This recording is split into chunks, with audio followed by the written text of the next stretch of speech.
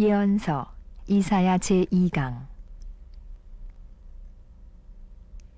이스라엘 역사로 선포된 말씀. 어둠 속을 헤매는 백성이 큰 빛을 볼 것입니다.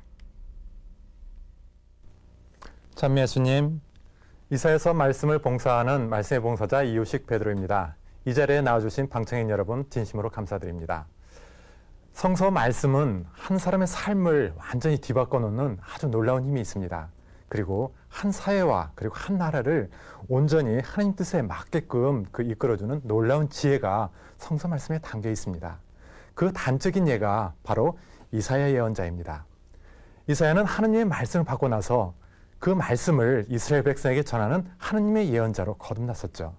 그리고 이스라엘 왕국은, 그리고 유다 왕국은 이사야 예언자의 말씀을 듣고서 정말 강대국의 풍랑에 휩쓸리지 않고 하나님의 뜻에 올곧게 살아가는 나라가 어떤 길인지를 나침판으로서 받아들일 수가 있었습니다. 오늘 함께 읽는 이사야서의 말씀이 시청자 여러분께도 삶의 방향을 잡아주고 그리고 소속된 공동체가 걸어가야 할 길을 환히 비춰주시기를 청합니다. 이사야서 9장의 말씀을 함께 듣겠습니다. 어둠 속을 헤매는 백성이 큰 빛을 볼 것입니다. 캄캄한 땅에 사는 사람들에게 빛이 비춰올 것입니다. 마구 짓밟던 군화, 피투성이 된 군복은 불에 타 사라질 것입니다. 우리를 위하여 태어날 한 아기, 우리에게 주시는 아드님, 그 어깨에는 주권이 메어지겠고 그 이름은 탁월한 경륜가, 용사이신 하느님, 영원한 아버지, 평화의 왕이라 불릴 것입니다. 다윗의 왕좌에 앉아 주권을 행사하여 그 국권을 강대하게 하고 끝없는 평화를 이루며 그 나라를 법과 정의 위에 굳게 세우실 것입니다. 이 모든 일은 만군의 야훼께서 정렬을 쏟으시어 이제부터 영원까지 이루실 일이옵니다.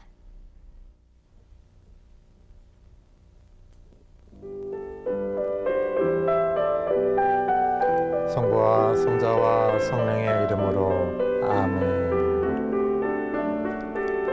어둠 속을 헤매는 백성이 큰 빛을 볼 것입니다. 캄캄한 땅에 사는 사람들에게 빛이 비춰올 것입니다. 주님, 희망에 찬 말씀을 들려주셔서 감사드립니다.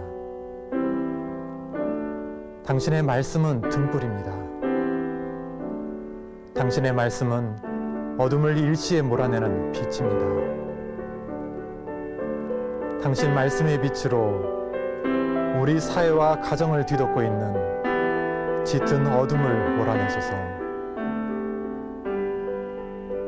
절망에 빠져 있는 사람들에게 희망의 빛을 선사해 주시고 슬픔의 늪에 빠져드는 사람들에게 기쁨의 등불을 선사해 주십시오. 당신 말씀을 굳게 믿고 다시 시작할 수 있는 용기를 허락해 주십시오. 우리 주 예수 그리스도를 통하여 비나이다. 아멘. 성부와 성자와 성령의 이름으로 아멘. 오늘 다룰 내용은 제1이사야에 해당하는 이사야서 7장에서 39장의 내용입니다.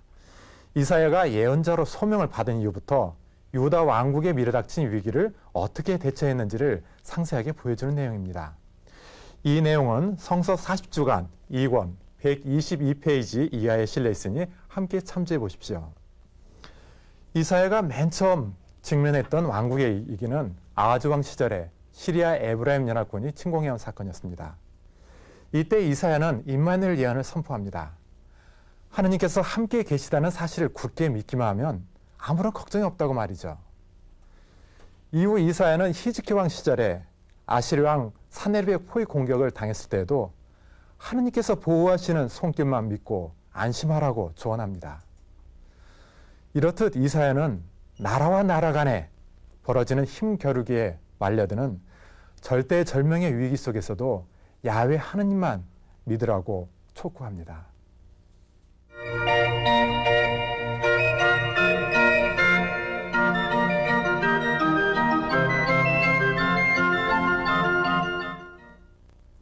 이사야는 7장서부터 본격적으로 예언 활동에 들어갑니다.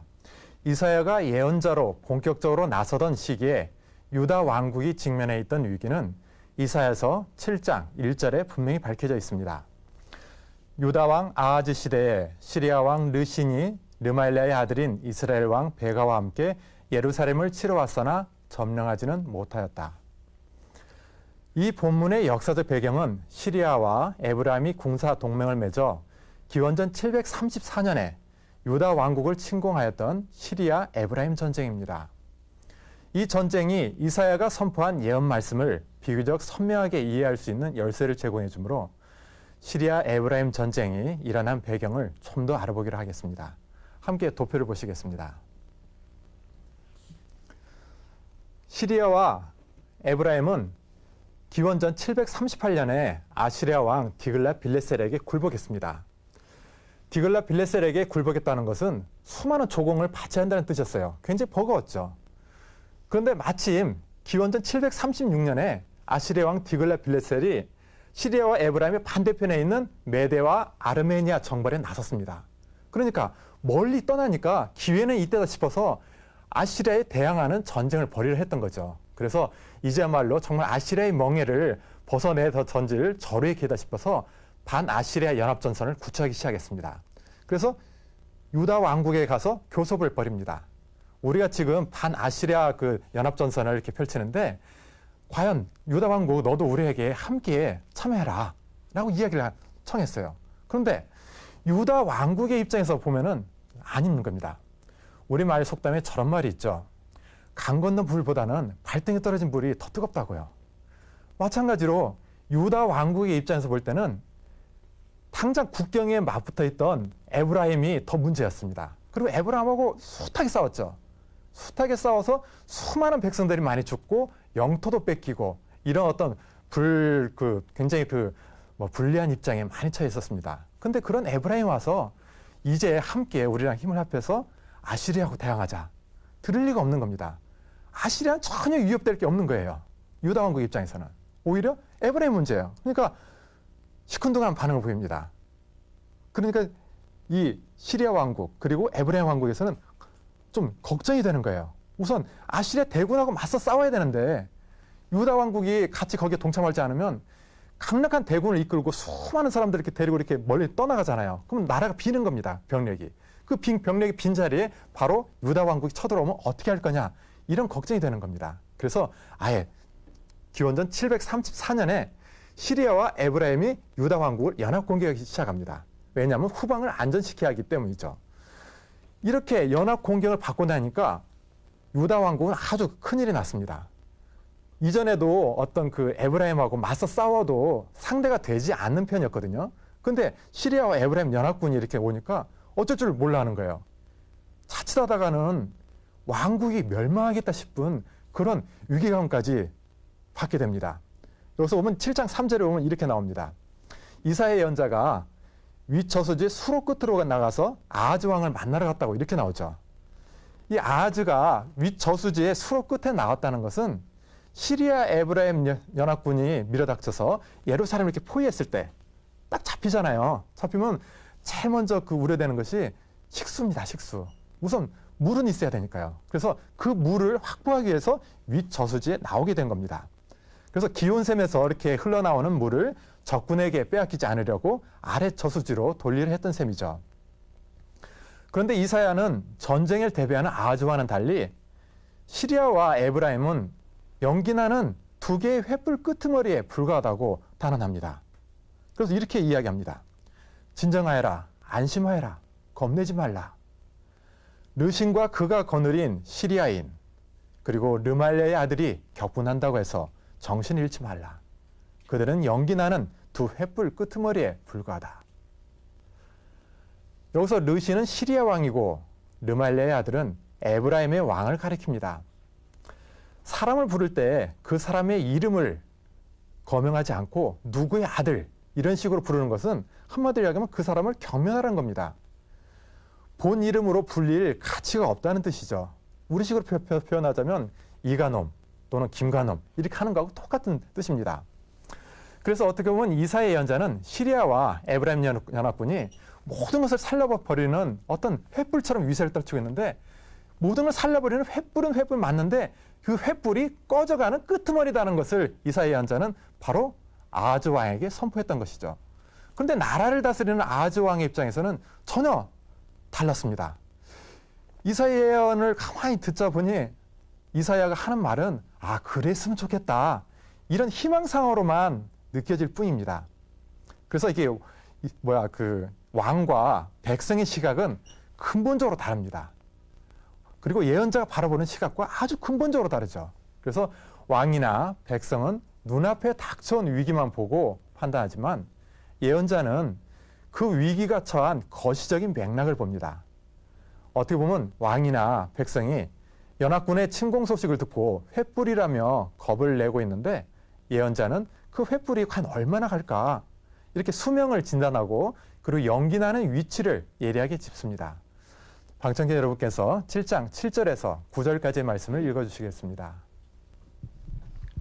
주 야훼가 말한다. 그것은 그렇게 될 수도 그럴 수도 없는 일. 시리아의 수도는 다마스커스요, 다마스커스의 우두머리는 고작 르신이다.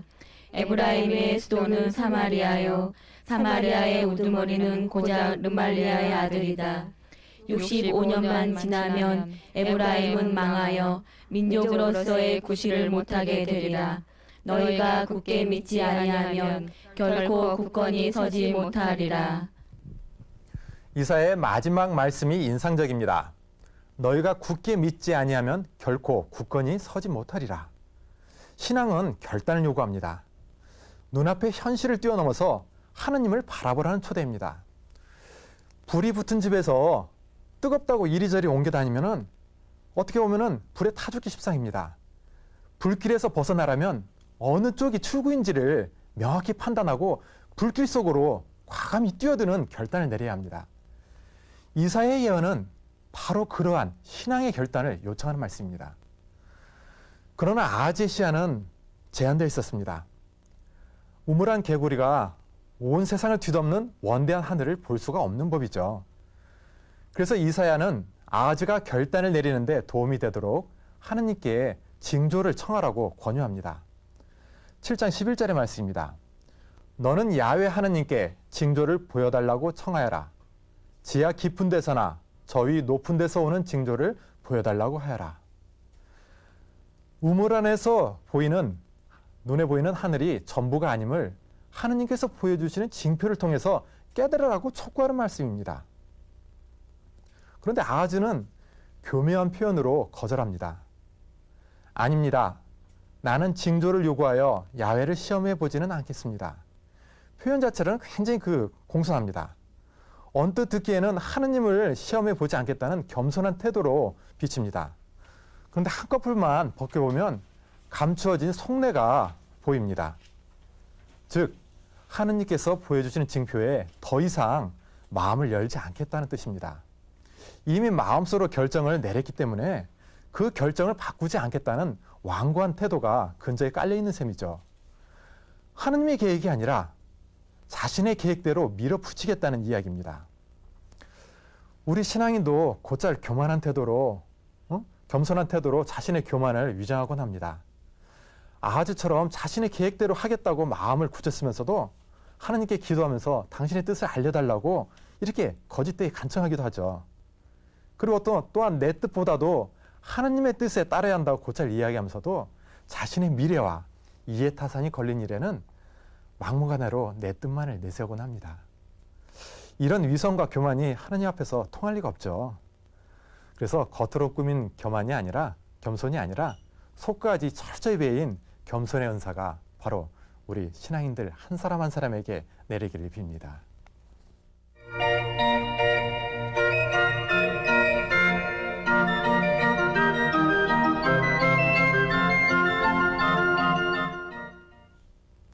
아하즈의 위선은 하느님 말씀 안에서 고스란히 드러납니다.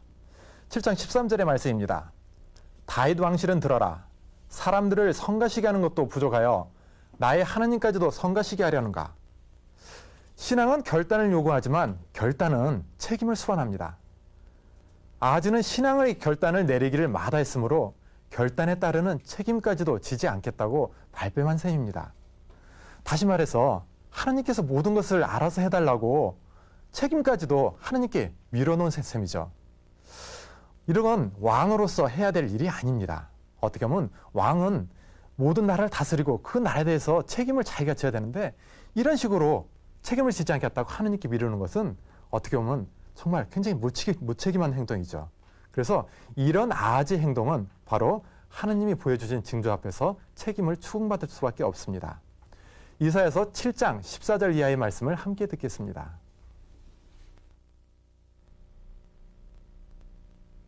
그런즉 주께서 몸소 징조를 보여주시리니 처녀가 잉태하여 아들을 낳고 그 이름을 임마누엘이라 하리라. 그 아기가 나쁜 것을 버리고 좋은 것을 택할 줄 알게 될 때는 양젖과 꿀을 먹게 될 것이요 그 아기가 나쁜 것을 버리고 좋은 것을 택할 줄 알게 되기 전에 네가 원수로 여겨 두려워하는 저 두 왕의 땅은 황무지가 되리라. 야훼께서 아시리아 왕으로 하여금 너와 너의 결례와 너의 왕실을 치게 하실 터인즉 그날은 에브라임이 유다와 갈라지는 날 이후로 일찍이 볼 수 없었던 불행한 날이 되리라. 주님께서 보여주시는 징조는 처녀가 잉태하여 아들을 낳는 현상이었습니다. 여기서 처녀란 말 때문에 오해를 많이 빚는데요. 처녀란 말은 이사야서 말씀이 기록된 히브리어로는 젊은 여인, 알마란 뜻입니다. 함께 도표를 보면서 알아보시겠습니다. 이 젊은 여인, 알마, 이게 무슨 뜻인지에 대해서 여러 가지로 이야기를 많이 합니다. 첫 번째는 이사야 예언자의 부인일 것이다.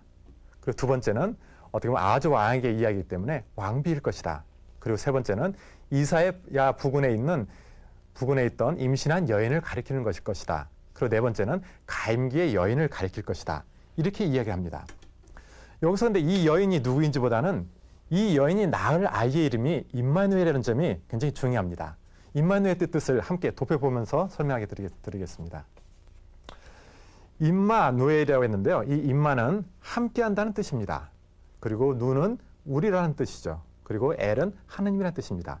그래서 이 전체 뜻은 임마누엘은 하느님께서 우리와 함께라는 뜻입니다. 하느님께서 우리와 함께, 어디서 많이 들어본 말씀이죠? 미사 때마다 우리가 이렇게 사제하고 교성으로 바치는 말씀입니다. 주께서 여러분과 함께, 또한 사제와 함께.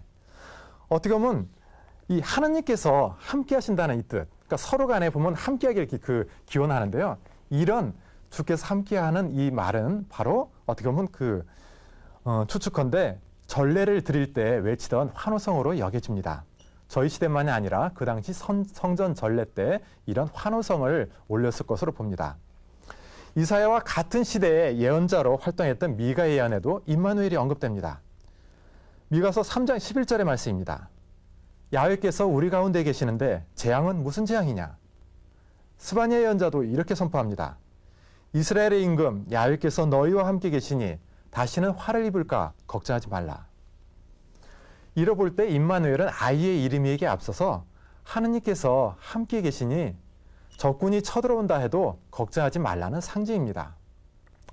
실제로 구약 성서에서 임마누엘이 사람의 이름으로 쓰여진 적이 단 한 번도 없습니다.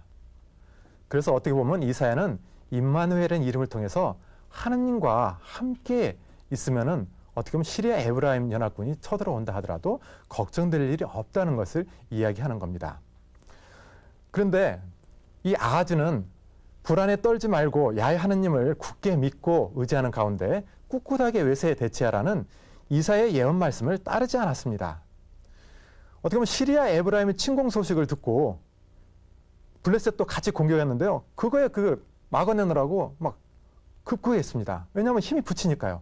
그래서 결국 아하즈는 이 하나님을 믿기보다는 아시리아에게 원조를 청합니다. 제발 군대를 보내주셔서 이들을 물리쳐 주십시오. 그러면 저희가 막대한 조공을 바치겠습니다. 이렇게 이야기를 합니다. 물론 그래서 물리치긴 했죠. 그렇지만 그 대가는 아주 혹독했습니다. 아하즈는 다마스커스를 점령한 아시리아 왕을 찾아가 신의 예를 다야했습니다. 그 광경이 비석에 새겨져 있습니다. 이 비석에서 앞에 서 있는 왕은 아시리아 왕이고 엎드려 머리를 땅에 대고 절하는 왕은 유다 왕 아하즈입니다. 아하즈는 자발적으로 유다 왕국을 아시리아의 봉신국으로 가져다 바쳤을 뿐 아니라 다마스커스에 설치된 아시리아 제단을 그대로 본떠다가 예루살렘 성전에 설치하고 제사를 드려야 했습니다. 어찌 보면 야훼 하나님만 믿고 의지하라는 이사의 조언을 외면한 대가를 톡톡하게 치른 셈이죠.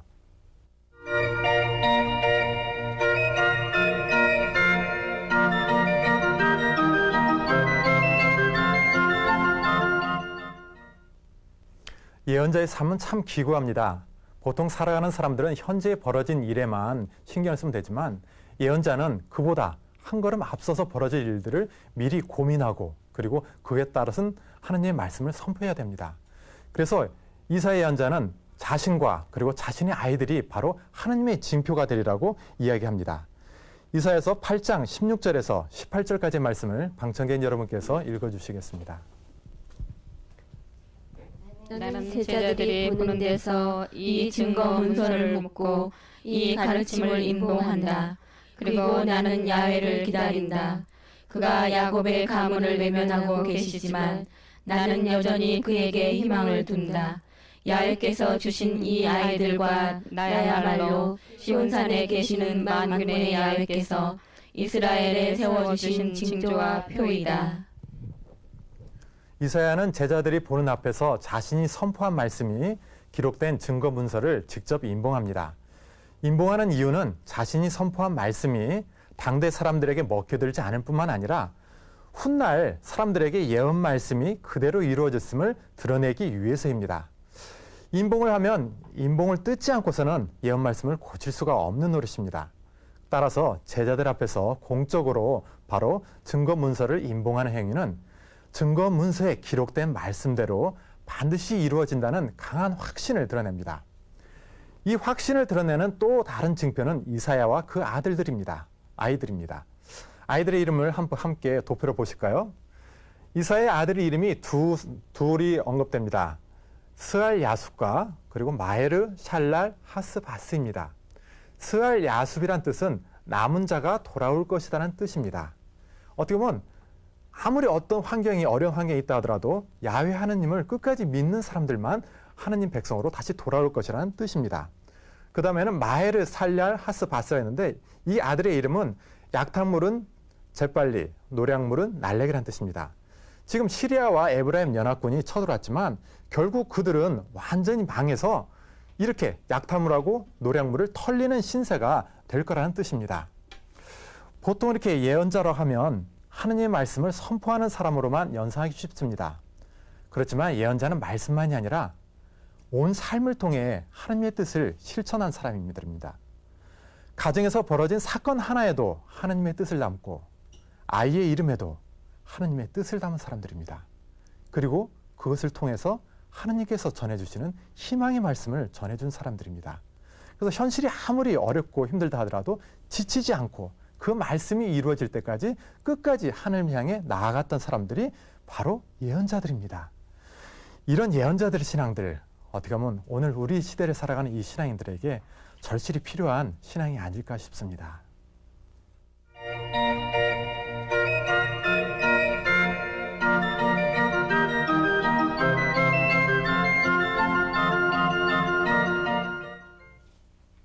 역사는 하나님을 체험하는 현장입니다. 역사에서 벌어지는 사건은 그 사건과 결부되어 있는 모든 사람들의 믿음을 굳건히 하는데 큰 몫을 합니다. 그런 면에서 시리아 에브라임 연합군을 물리쳤던 사건은 이 이사야 당시 이스라엘 사람들의 믿음을 굳건히 하는데 커다란 역할을 했습니다. 과연 이 아시리아 연합군의 시리아와 에브라임 연합군을 물리쳤던 아시리아 대신에 받아했던 그리고 그것 때문에 겪어야 했던 하나님은 올 것이 믿지 못하고 어떻게 보면 그 아시리아 제국에 기대했기 때문에 겪어야 했던 현실이 어떤 현실인지 함께 지도를 보면서 살펴보기로 하겠습니다. 이 지도에 보면 유다 왕국은 지금 이렇게 예루살렘 주변으로 이쪽에 노란색으로 표현되어 있습니다. 보면은 이제 이스라엘 왕국은 그 분홍빛이죠. 고동빛. 이쪽으로 커다랗게 하나, 둘, 셋, 넷이 바로 이스라엘 왕국이었습니다. 그리고 시리아 왕국은 지금 초록색으로 표현된 하나, 둘, 셋, 넷, 다섯이 바로 시리아 왕국이었습니다. 근데 시리아 에브라임 연합군이 망했잖아요. 망했다는 건 나라를 뺏겼다는 뜻입니다.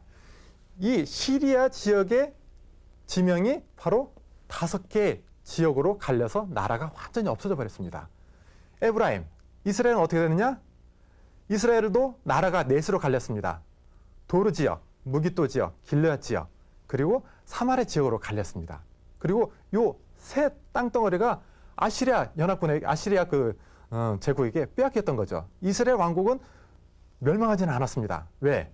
시리아가 멸망당하는 거 보니까 더 이상 버텨서는 안 되겠다고 생각한 거예요. 그래서 쫓아가서 막대한 조공을 약속하고 영토를 분할하겠다는 약속을 했던 것이죠. 그래서 국토의 한 3분의 2 정도, 4분의 3 정도 되는 걸 아시리아에 헌납하고 아주 작은 사마리 지역만 남았습니다. 예루살렘보다 더 작은요.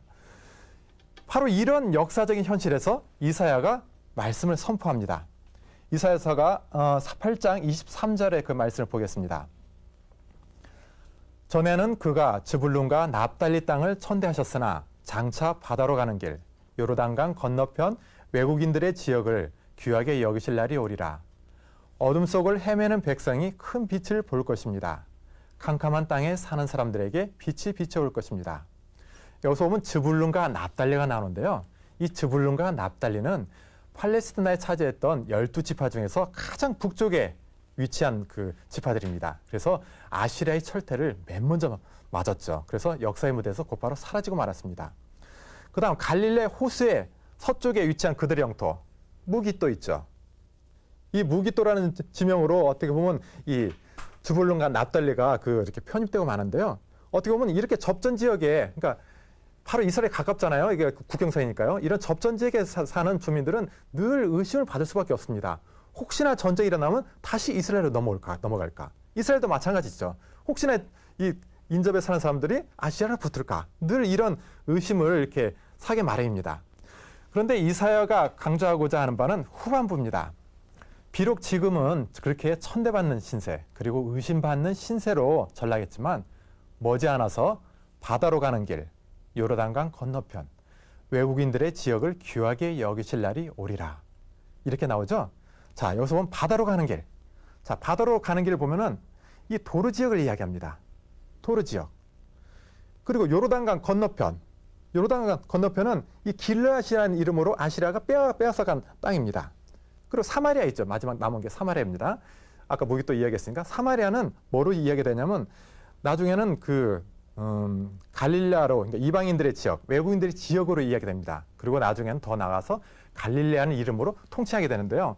이 갈릴레아라는 이름 지명을 함께 도표보면서 살펴보기로 하겠습니다.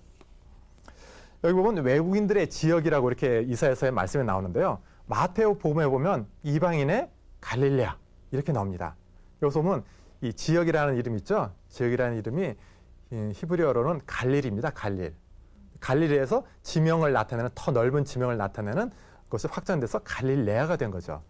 외국인과 이방인은 거의 이렇게 맞복입니다. 그래서 이방인들의 갈릴레아라는 표현은 바로 이사야서의 외국인들의 지역에서 나온 이야기죠. 우리 보통 저렇게 이야기합니다. 우리 서울에도 그런 지명들이 많은데요. 이 배밭골.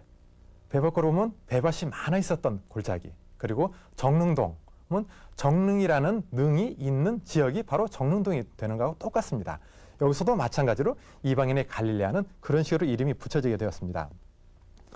이처럼 어떻게 보면 예언은 시대와 장소에 국한되지 않습니다. 이사야서에서 이렇게 예언했던 예언이 바로 마테오 복음까지 이어지게 된 거죠. 이 예언은 영원하신 하나님의 속성을 닮아서 시간과 공간이라는 제약을 훌쩍 뛰어넘습니다. 여기서 이제 빛이라는 개념이 있는데요. 아까 보면 큰 빛을 보게 될 것입니다. 그리고 빛이 비춰올 것입니다. 이 당대에는 빛은 구원을 뜻하는 상징이자 일출을 연상시켜서 새 임금의 등극을 나타내는 것으로 통용되었습니다. 달리 말하면 새 임금은 평화의 마을인 예루살렘의 왕으로 등극하는 만큼 다른 그 무엇보다도 피비린내 나는 전쟁을 근절시키려는 강한 바람을 예언 말씀에 담아 선포했던 것이죠. 뜻그림을 함께 보시겠습니다. 한가운데 서 있는 어린아이로부터 평화의 물결이 동심원처럼 이렇게 퍼져갑니다. 그리고 눈부신 밝은 빛이 어린아이에게서 쏟아져 나와서 어둠을 바깥으로 밀어내는데요. 이 밀려가는 어둠 속에는 부러진 창들, 그리고 온 나라를 전쟁으로 몰아넣었던 군하들이 흩어져 있습니다. 어떻게 보면 무력으로 상대방을 억압하고 짓눌렸던 일들은 평화의 왕인 아기가 태어남으로써 완전히 소멸되리라는 부푼 희망이 이 띠끄림 안에 담겨 있습니다. 이사야가 평화의 왕을 갈망하듯이 우리도 평화를 갈망합니다. 어떻게 보면 우리 시대에 통일 대통령이 나와서 갈라진 민족과 국토를 하나로 이어주기를 갈망하는 우리의 부푼 힘들, 어떻게 보면 2000년 대희년에는 꼭 이루어집사 시청자 여러분과 함께 그 기원합니다.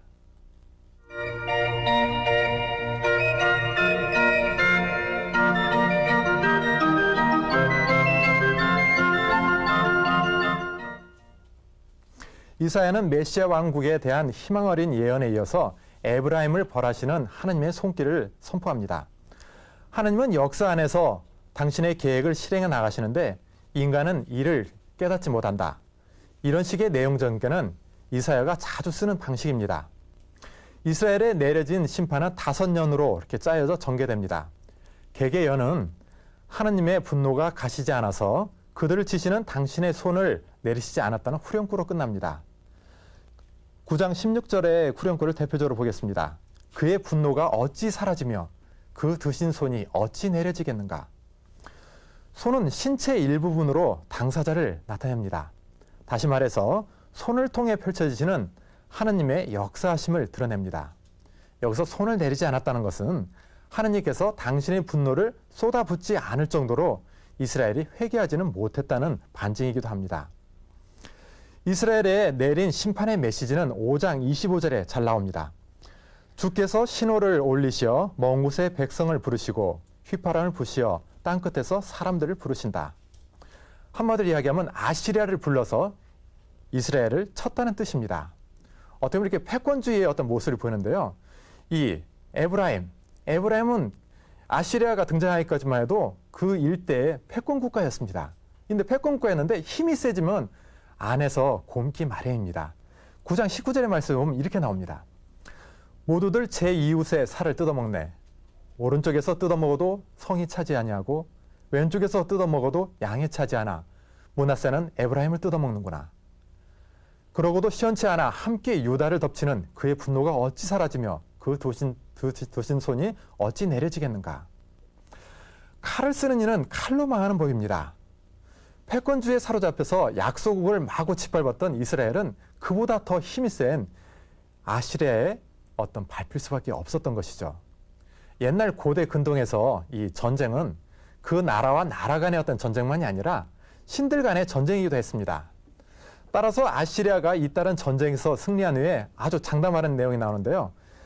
10장 10절의 말씀입니다.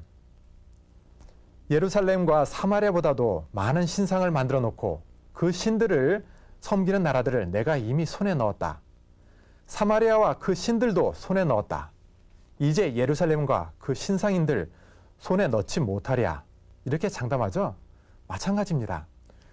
바로 유다 왕국도 그렇게 망하리라고 장담을 하는 거예요. 그런데 이사야 볼 때는 아시리아의 말은 완전히 틀린 겁니다. 아시리아가 시리아와 에브라임을 짓누를 수 있었던 것은 그들이 군사력이 월등해서가 아니라 하느님의 도구로 쓰여졌기 때문이라는 것입니다. 하느님의 도구로 쓰이지 않았으면 아시리아가 절대 짓누를 수 없다는 뜻입니다. 여기서도 바로 이 이사야는 하느님을 바라보게끔 촉구합니다. 모든 것은 하느님께 도구로 쓰이지 않으면은 그 국제 정세 무대에서 곧바로 사라질 수밖에 없다고 이야기합니다. 그래서 어떤 이사야는 그 아시리아 그 군을 보고 이 좀 따끔하게 일침을 놓는 말씀을 이렇게 가하죠. 10장 15절의 말씀입니다. 도끼가 도끼질하는 사람에게 어찌 의수되겠느냐? 톱이 톱질하는 사람에게 어찌 잘난 체 하겠느냐? 아시리아가 하느님 앞에서 내세울 게 하나도 없다는 뜻입니다. 바로 이런 맥락에서 아시리아의 핍박을 받는 유다 왕국의 구원의 서광이 비춰옵니다. 시온에 사는 내 백성들아, 아시리아가 에집트처럼 지팡이와 몽둥이를 휘둘러 너를 치더라도 두려워 말라. 너희에게 품었던 노여움은 오래지 않아 풀고 내 분노를 터뜨려 그들을 면하고야 말리라.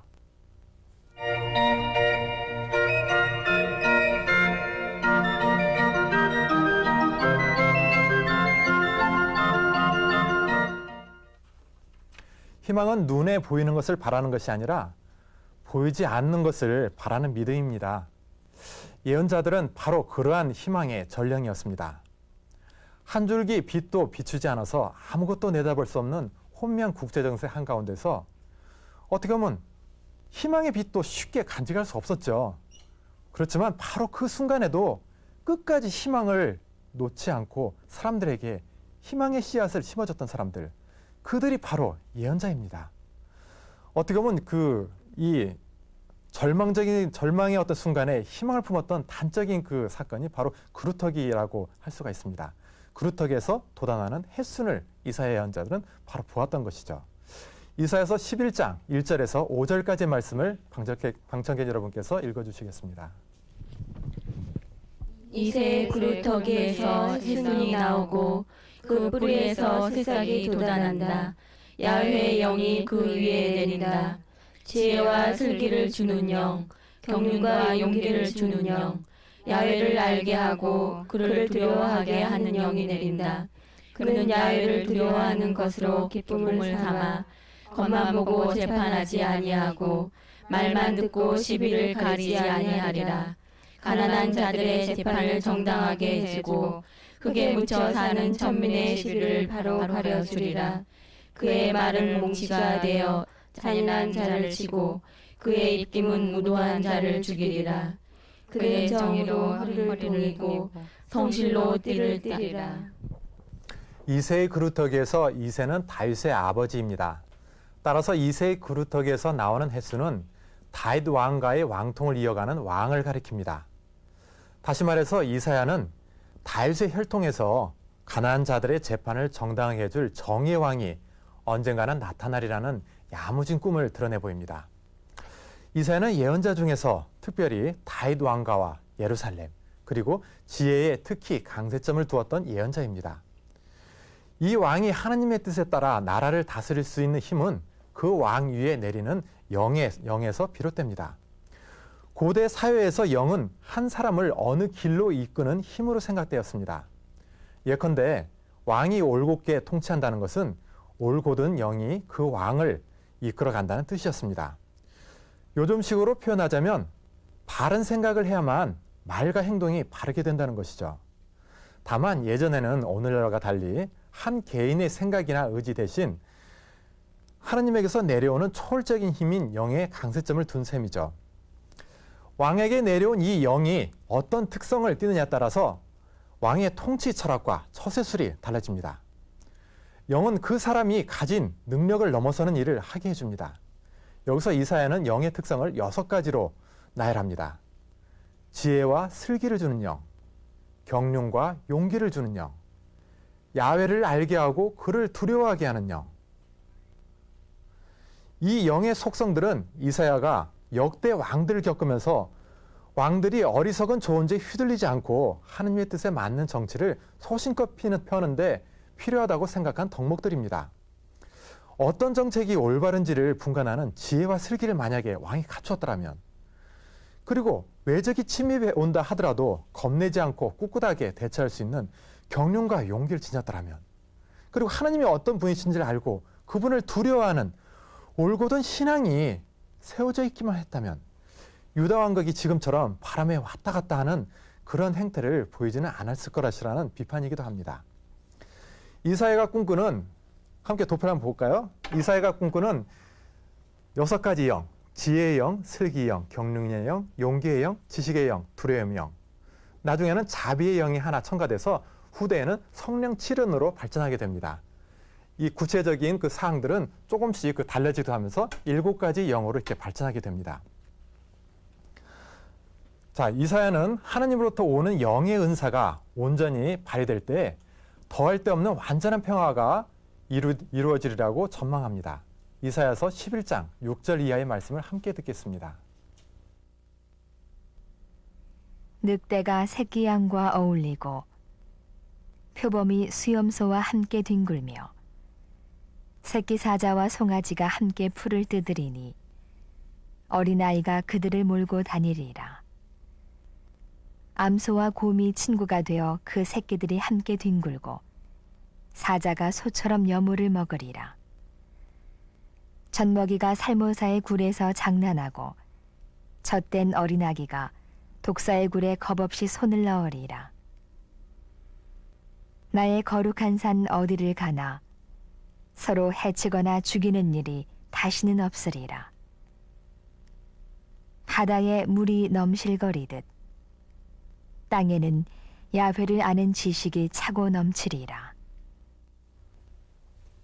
서로 어울릴 수 없는 늑대와 양, 표범과 수염소, 새끼 사자와 송아지, 암소와 곰이 함께 어울리는 모습은 창조 때를 연상케 합니다.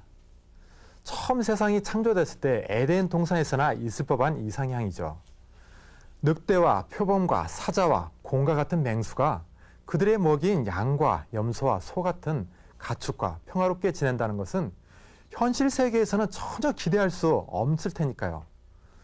그러나 이사야는 맹수의 본성과 약육강식이라는 자연 법칙을 넘어서야 하는, 그리고 도저히 이루어질 수 없을 것 같은 꿈 같은 세계가 가능하다고 선포합니다. 그 길은 하나뿐입니다. 야훼를 아는 지식이 땅에 차고 넘칠 때라는 것이죠. 이사야 이 꿈은 훗날 유다 왕국이 망해서 수많은 이스라엘 백성이 바빌론에 유배되었을 때 어떤 만국민들에게 커다란 희망을 선사해 주었습니다. 예루살렘 성전이 함락되어서 더 이상 제사를 드릴 수 없었던 이스라엘 유배민들에게 유일한 희망은, 그리고 그들을 묶어주는 유일한 구십점은 바로 토라였습니다. 율법서였죠. 성서 말씀이었습니다. 그래서 그들은 자연적으로 성서 말씀을 중심으로 모이기 시작했습니다. 회당에 모여서 성서 말씀을 듣고 묵상하고 그리고 나누기 시작했죠. 어떻게 보면 이렇게 온 땅으로 흩어진 디아스포라 유다인들이 야훼의 말씀을 익히고 삶으로 실천하다 보면 언젠가는 이사야가 선포한 예언 말씀이 이루어져서 마침내 고국 땅으로 다시 돌아가게 될 재창조의 날이 오리라는 부푼 꿈을 키워나갔던 것이죠.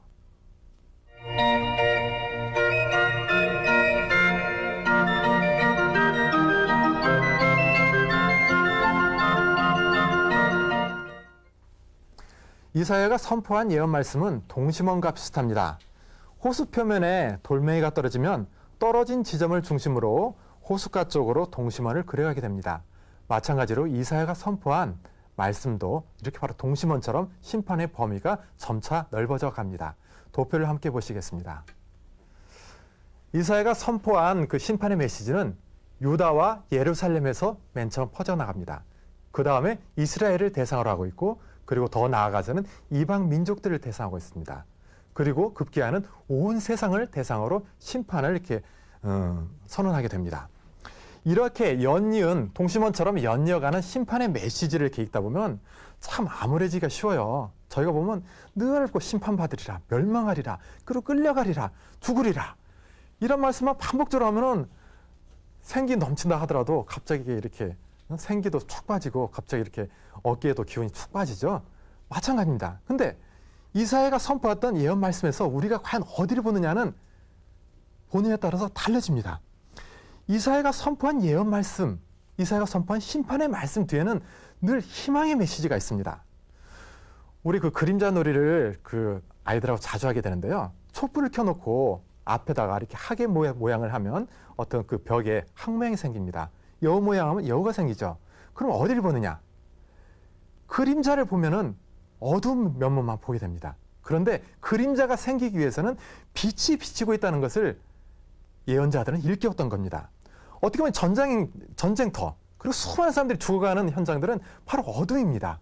그런 어둠을 이렇게 바라보고 있다 보면 참 기운도 빠지고 살맛도 떨어져요. 그런데 이사야가 우리한테 선포했던 예언자는 그렇게 어둠을 바라보지 말고 어둠이 있게끔 비춰주는 빛이 있다는 것을 바라보라고 초대합니다. 그래서 어떻게 보면 그 이사야 그 예언서를 읽을 때, 그리고 이사야 예언서만이 아니라 모든 예언서를 읽을 때도 이 심판의 예언 말씀 뒤에는 반드시 희망의 말씀이 있다는 거 꼭 이렇게 염두에 두시고 읽으셔야 할 것 같습니다. 이렇게 예언자들은 현실의 어두운 그림자를 넘어서서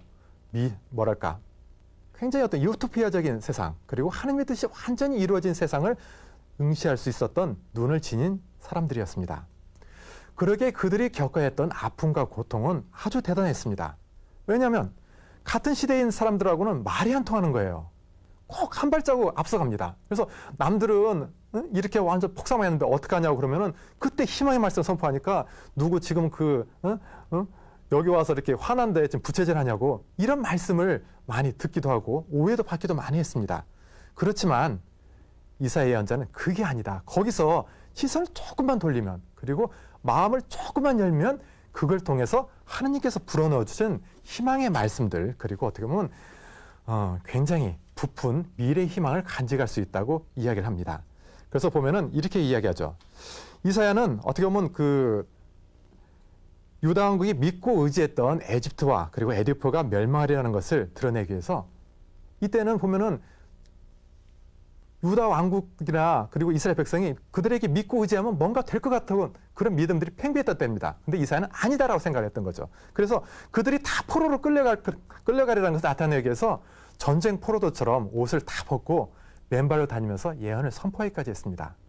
이처럼 이사야가 인간적인 수치심이나 체면 따위를 모두 벗어던진 이유는 오직 한 가지입니다. 하나님의 말씀을 힘있게 선포하기 위해서입니다. 바로 그런 열의와 투신이 하나님의 말씀을 전하기 위해서 불림받은 어떻게 보면 모든 말씀의 봉사자들 그리고 말씀을 따르고자 하는 모든 신앙인들의 마음에 샘솟기를 기원합니다. 이사야서 24장부터는 더 이상 특정 국가를 대상으로 하지 않고 온 땅을 황야로 만드시는 하나님의 심판이 묘사됩니다. 온 땅이 뒤흔들릴 만큼 이 재앙은 신분이나 계층이나 성별에 관계없이 무차별적으로 내려옵니다. 서민도, 사제도, 종도, 상전도 똑같다. 하녀도, 주부도, 파는 이도, 사는 이도 똑같다. 빌리는 이도, 빌려주는 이도, 빚 준 이도, 빚 얻은 이도 똑같다. 여기서 보면 이제 땅이 그 심판의 대상으로 이렇게 제기되는데요. 땅은 하나님의 심판이 선고됨에 따라서 곧바로 반응을 보입니다. 옛날 사람들이 굉장히 어떤 꺼려했던 커다란 재앙들 그것을 도표로 함께 보시겠습니다. 고대에서는 그 세 가지 커다란 재앙이라고 하면 첫 번째는 전쟁이고 두 번째는 기근이었습니다. 이 기근이라는 것은 달리 말하면 뭐냐? 우리가 땅에서 뭐든지 이렇게 초목들이 농작물들이 자라야 먹고 사는데 초목이 안 나는 거예요. 다 메말라 버립니다. 그럼 다 굶어 죽을 수밖에 없는 겁니다. 그래서 24장 4절에 보면 이런 말씀이 나옵니다. 산천은 메마르고 세상은 파래지니 하늘과 땅과 그리고 이 모든 것이 함께 슬퍼한다. 주님의 발에 밟혀 땅은 더러워졌다. 그들이 법을 어기고 명을 거슬러 영원한 계약을 깨뜨렸기 때문이다. 이렇게 이야기 나옵니다. 여기서 영원한 계약이란 노아의 계약으로 생각됩니다. 대홍수 이후에 하나님은 노아에게 다시는 사람 때문에 땅을 저주하지 않으리라고 다짐했기 때문이죠. 그런데 이 계약의 기본 전제는 인간의 성실성이었습니다. 그런데 인간들은 하나님의 법을 어기고 그분의 명령을 따르지 않음으로써 하나님과 맺은 영원한 계약을 무효로 돌렸던 것이죠. 따라서 대홍수 이후 포도나무를 심어서 술을 빚어 마셨던 흥겨운 모습을 더 이상 찾아볼 수 없게 되었습니다. 24장 7절의 말씀입니다. 술은 마르고 포도동굴은 쉬든다. 기뻐 가슴 뛰던 이들도 한숨만 짓는다. 이렇게 이야기합니다. 그런데 바로 그런 가운데서도 희망이 있다는 것을 이사야 예언자는 펼쳐줍니다. 마치는 말씀으로 이사야서 25장 6절 이하의 말씀을 듣겠습니다. 이 산 위에서 만군의 야훼 모든 민족들에게 잔치를 차려주시리라. 살진 고기를 굽고 술을 잘 익히고 연한 살코기를 볶고 술을 맑게 걸러 잔치를 차려주시리라. 이 산 위에서 모든 백성들의 얼굴을 가리우던 너울을 찢으시리라. 모든 민족들을 덮었던 보자기를 찢으시리라. 그리고 죽음을 영원히 없애버리시리라. 야훼, 나의 주께서 모든 사람의 얼굴에서 눈물을 닦아주시고 당신 백성의 수치를 온 세상에서 벗겨주시리라. 이사야는 거시적인 안목을 지닌 예언자였습니다. 그는 온 세상에 내리시는 하나님의 심판이라는 거시적인 안목으로 역사상에서 벌어지는 구체적인 위기 상황 앞에서 어떻게 대처해야 되는지를 내다볼 수 있었습니다. 이처럼 하나님께서 모든 역사를 주관하심을 굳게 믿는 이들은 현실이 비참할수록 밝은 미래를 꿈꾸게 마련입니다.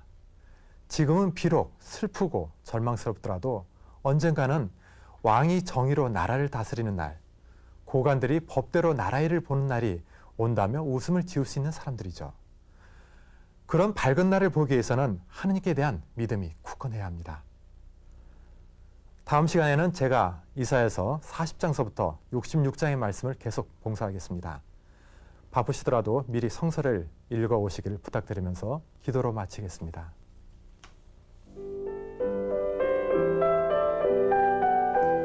성부와 성자와 성령의 이름으로 아멘. 모든 역사를 주관하시는 주님, 이사야서를 통해 당신께서는 언제 어느 상황에서든 이스라엘 백성과 함께 하신다는 사실을 일깨워 주셔서 감사드립니다.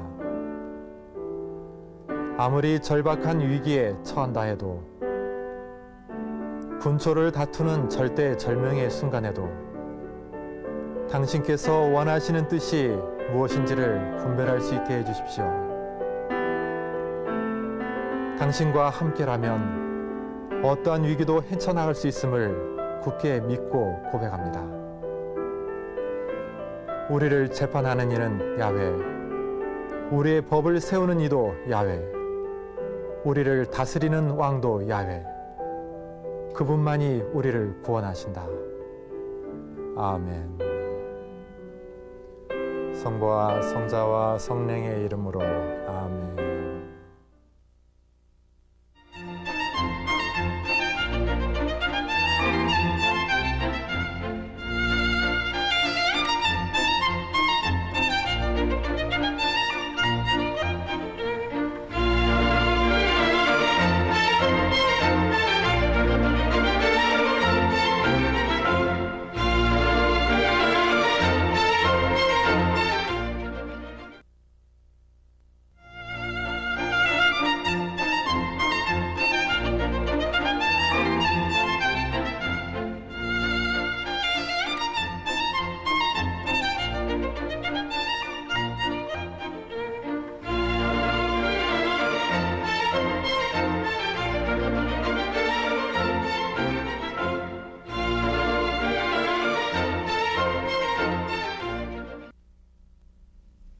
예언서 이사야 제3강.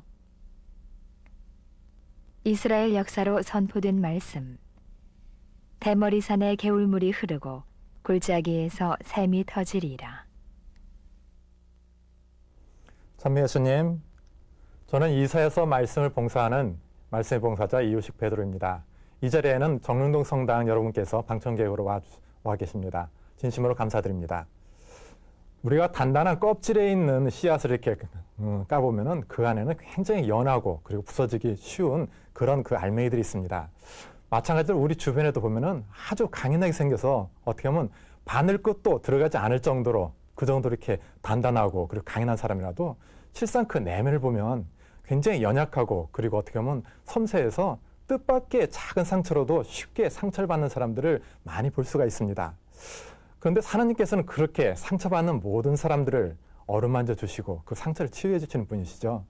마찬가지로 저 이 시간에 함께 공부하게 될 이사야서 40장에서 66장은 바로 하나님께서 정말 그 시리에 빠져 있는 사람들, 이스라엘 유배에 가는 사람들을 어루만져 주시는 위로의 책입니다. 그래서 이 위로의 책을 읽으면서는 이 시대에 고통받는 많은 사람들, 그분들도 바로 하나님 말씀 안에서 위로받기를 청하면서 이 시간 그 주요 말씀을 봉독하겠습니다.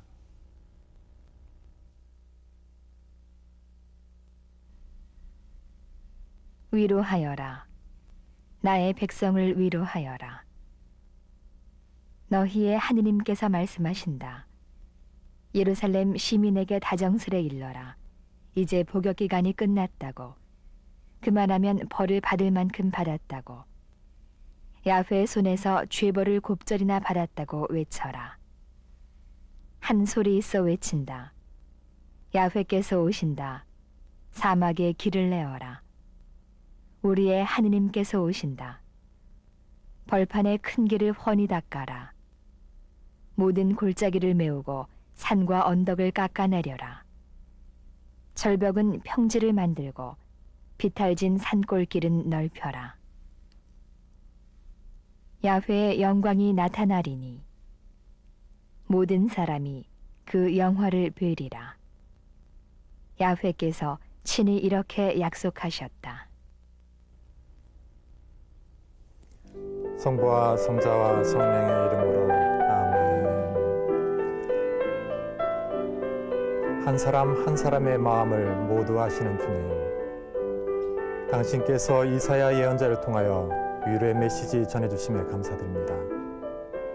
위로하여라, 나의 백성을 위로하여라.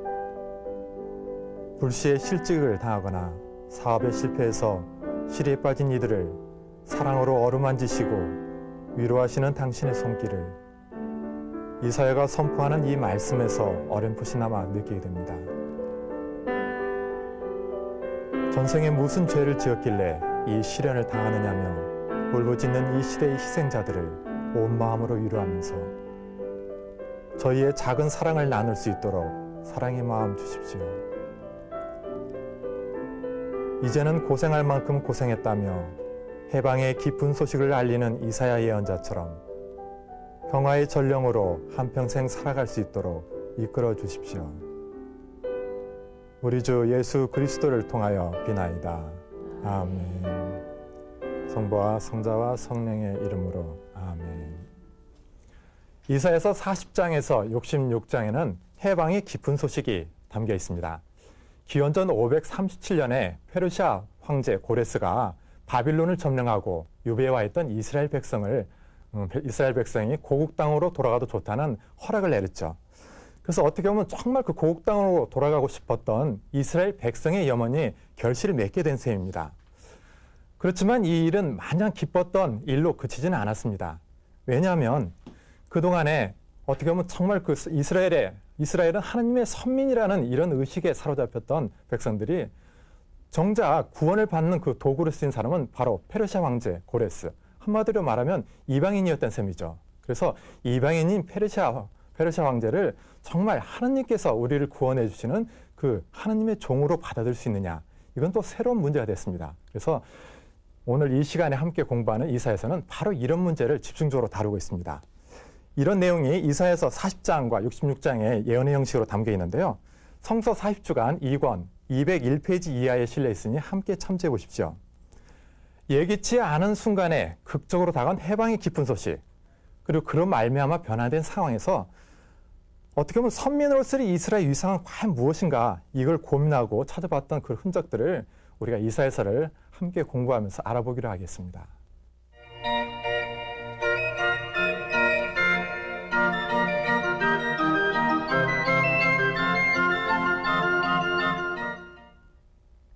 위로하여라, 나의 백성을 위로하여라. 이사야서 40장은 바로 이렇듯 백성들을 위로하는 말로 시작됩니다. 서름 중에서는 배고픈 서름, 그리고 집 없는 서름이 제일 크다지만 낯선 땅에서 생활하면서 받는 나라 없는 서름이 그 무엇에 비길 바가 못 됩니다. 아마 여러분도 그 코소보 사태를 잘 알고 계실 거예요. 어떤 코소보 난민들은 바로 나라가 뺏긴 상태에서 인종청소라는 이름으로 무차별 학살을 당했는가 하면 어떻게 보면 국경 바깥으로 내몰려서 정말 먹을 것도 하나도 없이 그런 상태에서 굶어 죽는 극한 상황까지 내몰렸지 않습니까?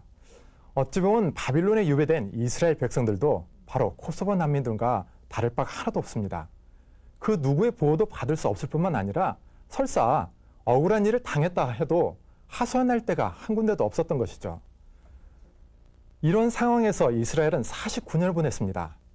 49년이면 결코 짧은 기간이 아닙니다. 어떻게 보면 유다 왕국에서 10대 소년이었던 사람들이 60대 노인네로 바뀌고, 그리고 유배지에서 갓 태어난 사람들이 50대 중년으로 탈바꿈 하는 오랜 세월입니다. 어떻게 보면 지난 일들은 기억 속에서 가물거리다가 사라지고 이제 두 번 다시는 좋은 날을 볼 수 없다며 어떤 자포자기할 만한 그렇게 오랜 기간입니다. 실제로 우리 민족도 일제치하에서 36년 동안 식민지 생활하는 동안 나라를 되찾으려는 희망은 전혀 갖지 못했습니다. 그런데 이 유배간 이스라엘 백성은 자기 나라도 아니고 남의 나라로 거기서 49년을 보냈습니다. 그들에게서는 희망이라는 건 더 이상 찾아볼 수가 없는 상태였을 겁니다.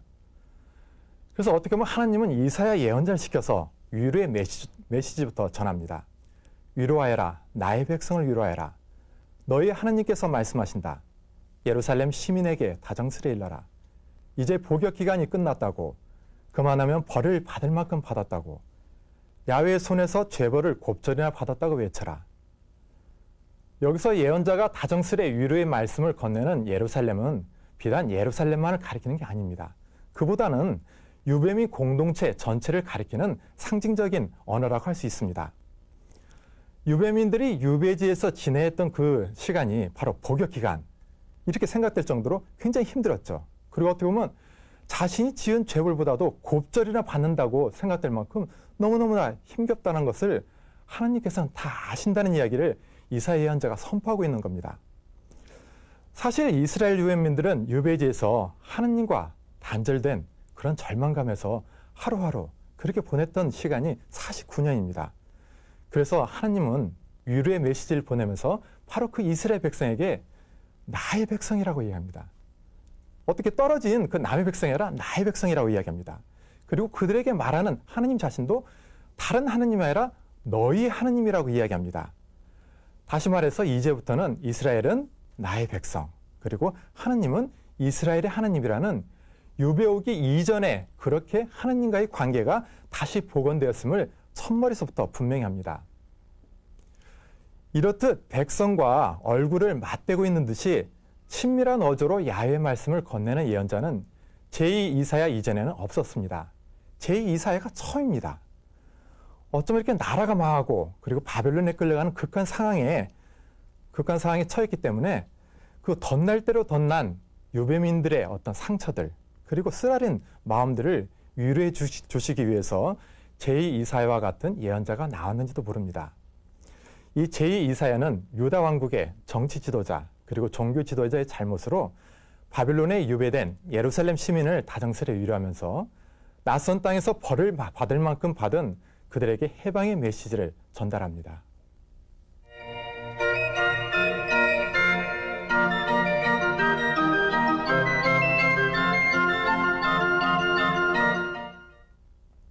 유배민들에게 제2이사야는 우상을 숭배하는 이교 문화권의 가냘프나마 어떻게 보면 하나님의 메시지를 전하기를 계속하는 이름 없는 예언자에 불과했습니다. 그들에게 있어서 제2이사야가 전하는 하나님의 메시지는 출신이나 배경이 전혀 없는 한 소리에 불과했습니다. 그러나 그가 전하는 메시지는 가냘프기는커녕 어떻게 보면 유배된 현실에 지쳐있는 사람들에게 희망과 용기를 불러일으켜주는 아주 그 강렬한 메시지였습니다. 이사야서 40장 3절서부터 5절까지의 말씀을 함께 보겠습니다. 한 소리 있어 외친다. 야훼께서 오신다. 사막에 길을 내어라. 우리의 하느님께서 오신다. 벌판에 큰 길을 훤히 닦아라. 모든 골짜기를 메우고 산과 언덕을 깎아내려라. 절벽은 평지를 만들고 비탈진 산골길은 넓혀라. 야훼의 영광이 나타나리니 모든 사람이 그 영화를 뵈리라. 야훼께서 친히 이렇게 약속하셨다. 얼마나 간결하고도 희망이 찬 말씀입니까? 오랜 유배 생활 끝에 메마를 대로 메마른 사막처럼 되어버린 유배민들에게 주님께서 찾아오신다는 소식은 아마도 사막의 오아시스처럼 그들의 갈증을 해소시켜 주었을 겁니다. 여기서 길을 닦으라는 조건은 팔레스티나에서 바빌론에 이르는 길을 내고 산과 언덕을 이렇게 깎아내림으로써 없애버리라는 그런 귀향길의 지형적 난관을 해소하라는 이런 얘기가 아닙니다. 어떻게 보면 생활 방식, 길이라는 건 생활 방식을 뜻합니다. 그래서 생활 방식과 삶의 태도를 바꾸라는 이야기입니다. 따라서 사막에 길을 내라는 이사야의 메시지는 하나님과 동떨어져 사막처럼 메마르게 살았던 유배민들의 생활 방식을 근본적으로 혁신시키라는 촉구입니다. 하나님께서 역사하실 수 있도록 하나님께 마음을 열라는 초대입니다. 뜻그림을 한번 보시겠습니다. 길이 나 있고 수많은 사람이 그 길로 몰려듭니다. 이 길은 원래부터 나 있던 길이 아닙니다. 먼저 그 길을 걸은 사람으로부터 길이 생겨나기 시작하는 것이죠. 임적 없는 풀밭에 난 오솔길은 수많은 사람이 다녀서 생긴 길이지 처음부터 닦여 있었던 길이 아닙니다. 길을 닦으라는 하나님의 초대도 마찬가지입니다. 지금은 길이 없지만 먼저 그 길을 가려는 사람이 있을 때 그 길은 활짝 열린다는 초대이죠. 이 초대는 어느 특정인에게 국한되어 있지는 않습니다. 하나님의 초대를 듣고 먼저 마음을 열고 그 초대에 응하는 사람이 바로 큰 인물이죠. 그리고 이 초대에 응하려면 어쩌면 49년이나 되는 오랜 유배 기간 동안 하나님께 품었던 원망의 골짜기들 다 메워버리고, 그리고 어떻게 보면 하나님께 품었던 불평의 언덕들, 이 모든 것들을 깎아내려야만 합니다. 하나님만이 우리에게 새로운 힘과 용기를 주시는 분이시라는 믿음을 회복해야만 합니다. 이사야서 40장 27절 이하의 말씀을 들으시겠습니다.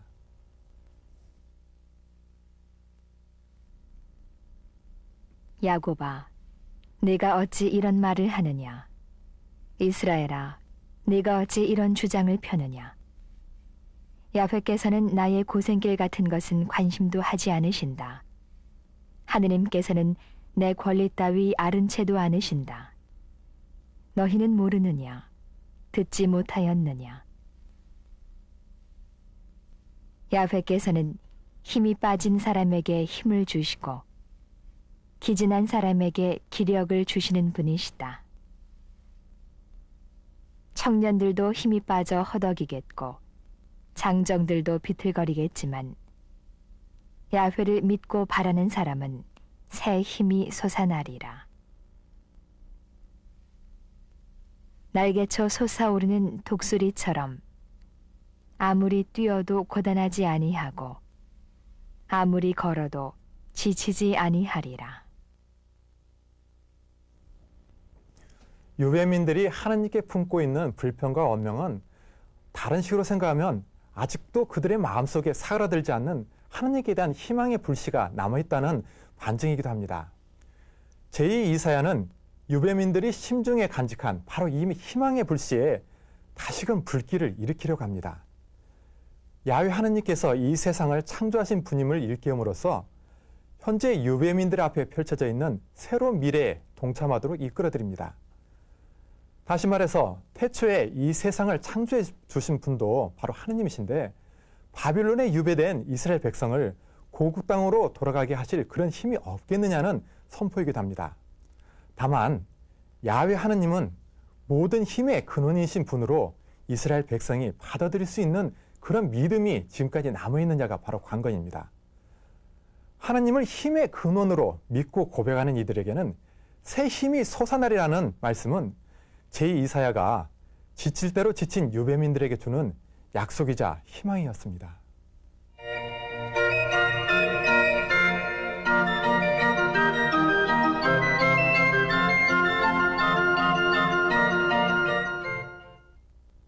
바빌론에서 보냈던 49년이라는 기간은 결코 짧은 세월이 아니었습니다. 야훼 하나님께서 바빌론에 유배된 이스라엘을 구원해 주시라는 희망을 계속 붙들고 있기에는 너무 긴 세월이었습니다. 적지 않은 유배민들이 바빌론 제국 전반에 흩어져 살면서 이교 신앙에 동화되어 야훼 신앙을 잃어버리기에 충분한 시간이었죠.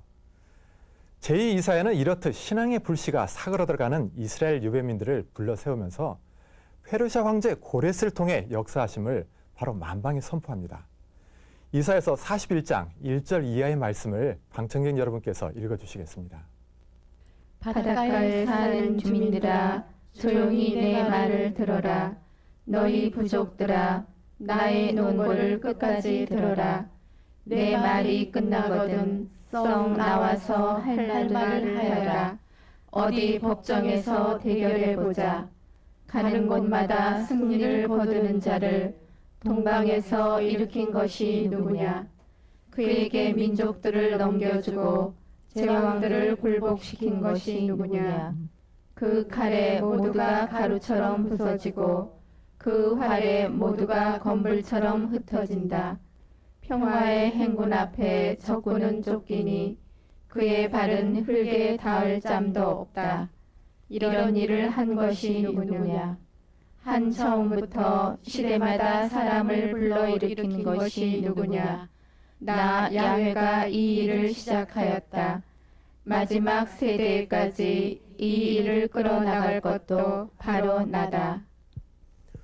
여기서 바닷가에 사는 주민은 어떻게 보면 신앙의 정체성을 잃어버린 이스라엘 유배민들을 가리킵니다. 제2이사야는 이들을 상대로 나의 농구를 끝까지 들어라. 법정에서 대결해보자. 이런 식으로 법정 용어를 많이 사용하죠. 어떻게 보면 오랜 유배 생활로 하나님께서 역사의 주관자라는 믿음이 약해질 대로 약해진 이스라엘에게 어떻게 확실한 신뢰를 주기 위해서 이런 법정 용어를 사용하는 겁니다. 법정에 쓰면 시시비비가 명확히 가려집니다. 마찬가지로 야훼 하느님이 역사의 주관자신지 아닌지를 확실하게 가려내겠다는 제2이사야의 초대이기도 합니다. 제2이사야는 그 신뢰로 고대 근동의 판도를 일거에 바꿔놓은 페르시아 황제 고레스를 듭니다. 본문에는 명시되어 있지 않지만 가는 곳마다 승리를 거두는 자는 바로 페르시아 황제 고레스입니다. 페르시아는 바빌론의 남동쪽이며 메데 제국의 남서쪽, 다시 말해서 오늘날의 이란 남서부 페르시아만에 위치한 나라입니다. 여기서 고레스는 기원전 550년에 안산의 왕이 되었고 그로부터 10년 후에는 메데의 수도인 엑바타나를 점령했습니다. 그리고 기원전 546년에는 오늘날의 터키 중앙에 있는 리디아 왕국을 쳤고 그리고 기원전 530년에는 바로 바빌론의 왕위에 올랐습니다. 이처럼 가는 곳마다 승리를 거두며 민족들과 제왕들을 굴복시키는 사람이 바로 페르시아 황제라는 것은 이스라엘 유배민들에게 아주 잘 알려져 있었습니다. 그런데 제2이사야는 순식간에 고대 근동의 패권자로 등장한 페르시아 황제 고레스의 위엄을 바라보면서 찬탄을 금지 못하는 유배민들의 시선을 그 너머에 계신 하느님께로 향하도록 이끌어드립니다. 이렇게 이야기합니다. 성서에. 가는 곳마다 승리를 거둔 자를 일으킨 것이 누구냐? 그에게 민족들을 넘겨주고 제왕들을 굴복시킨 것이 누구냐? 이런 물음은 어떻게 보면 우리가 직접 눈으로 보는 역사의 현장을 넘어서서 계신 분이 계시다는 것을 우리에게 읽게 해주는 겁니다. 어떻게 보면 한 처음부터 시대마다 사람을 불러일으키신 분도 그리고 마지막 세대까지 이 일을 끌어나가실 분도 오직 하느님뿐이시라는 거죠. 예언자가 선포한 말씀을 통해서 아니 그 역사 안에서 벌어지는 사건을 통해서 하나님의 뜻을 알아차리기 위해서는 무엇보다도 그 역사를 주관하시는 하나님을 만나 뵙는 체험이 무엇보다도 소중히 요청됩니다. 그래서 제2이사야는 거듭거듭 야훼 하나님의 메시지를 선포합니다. 나 야훼가 이 일을 시작하였다. 바로 나다. 지금 이 말씀은 야훼 하나님께서 시나이 산에서 모세에게 당신 자신을 계시하실 때 하신 말씀입니다. 어떻게 보면 이 말씀이 바로 받아들일 때 해방의 역사는 시작됩니다.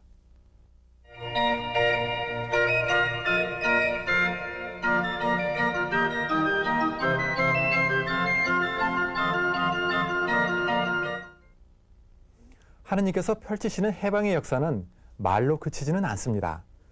도저히 무너뜨릴 수 없다고 생각되는 단단한 둑도 일단 허물어지기 시작하면 걷잡을 수 없이 무너지고 맙니다. 바빌론이라는 둑에 막혀서 고국 땅으로 흘러가지 못하던 유배민들 현실도 마찬가지입니다. 일단 페르시아 왕 고레스로 말미암아 해방의 물꼬가 터진 뒤에는 설사 장애물이 되는 산과 골짜기가 있다 해도 모조리 해방의 물살에 휩쓸리기 마련입니다. 다만 혈통의 순수성을 내세워 이스라엘 공동체가 어떻게 보면 이방인인 페르시아 왕 고레스를 주님께서 세우신 인물로 볼 수 있는 눈이 트였는지가 바로 관건입니다. 이런 실정에서 야훼의 종의 노래가 불려집니다. 제2이사야는 야훼의 종의 노래가 4번 불려집니다. 여기서 이 종이 누구인지는 분명치 않습니다. 학자들도 문맥에 따라서 이스라엘 민족 전체가 바로 야훼의 종이다. 또는 엄선된 이스라엘이 야훼의 종이다. 그리고 제2이사야가 야훼의 종이다. 그리고 어떻게 보면 페르시아 왕 고레스다.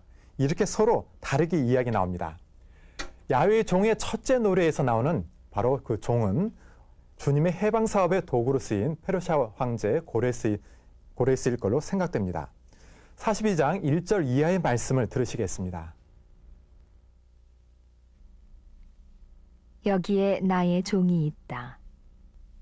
그는 내가 믿어주는 자. 마음에 들어 뽑아 세운 나의 종이다.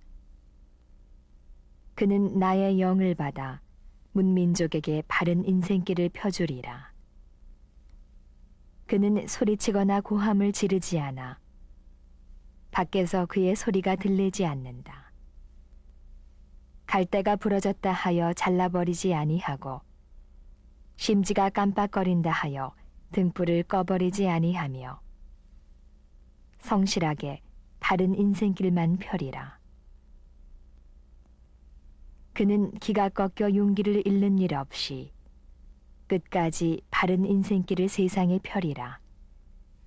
바닷가에 사는 주민들도 그의 가르침을 기다린다. 제2이사야는 야훼 종의 첫째 노를 통해서 바로 페르시아 황제 고레스가 주님께서 선택하신 야훼 종이라는 어떤 놀라운 통찰을 열어보입니다. 더군다나 고레스는 모세나 다윗이나 이스라엘 민족처럼 하느님께서 믿어주는 자, 하느님의 마음에 들어서 뽑아 세운 종이라고 극찬합니다. 이스라엘은 선민이라는 지금까지 좁은 시야로 볼 때 이방인 고레스는 하느님의 도구가 될 수 없었지만 세상 만민을 창조하신 하느님의 시야로 볼 때에는 페르시아 왕 고레스 또한 바로 하느님께서 사용하시는 도구임이 분명하다는 것입니다. 여기서 부러진 갈대와 깜빡거리는 심지는 바빌론에 끌려와 상처받고 나약하게 이를 데 없는 상태에 처한 어떻게 보면 각 나라의 유배민들을 가리킵니다. 이스라엘 유배민들의 실정도 이들과 다를 바가 없었습니다. 그들 이스라엘이라고 분명히 명명하지 않고 바닷가에 사는 주민들이라고 모호하게 거론될 정도로 오랫동안 유배 생활을 해온 이스라엘의 위상은 부러진 갈대나 깜빡거리는 심지처럼 근근히 명맥을 이어나가는 실정이었습니다. 그런 이스라엘에게 고국 땅으로 돌아가도 좋다는 고레스의 칙령은 갈대가 부러졌다 해도 잘라버리지 아니하고 심지가 깜빡거린다 해서 꺼버리지 아니하는 더할 데 없이 부드러운 야훼의 종으로 다가왔습니다.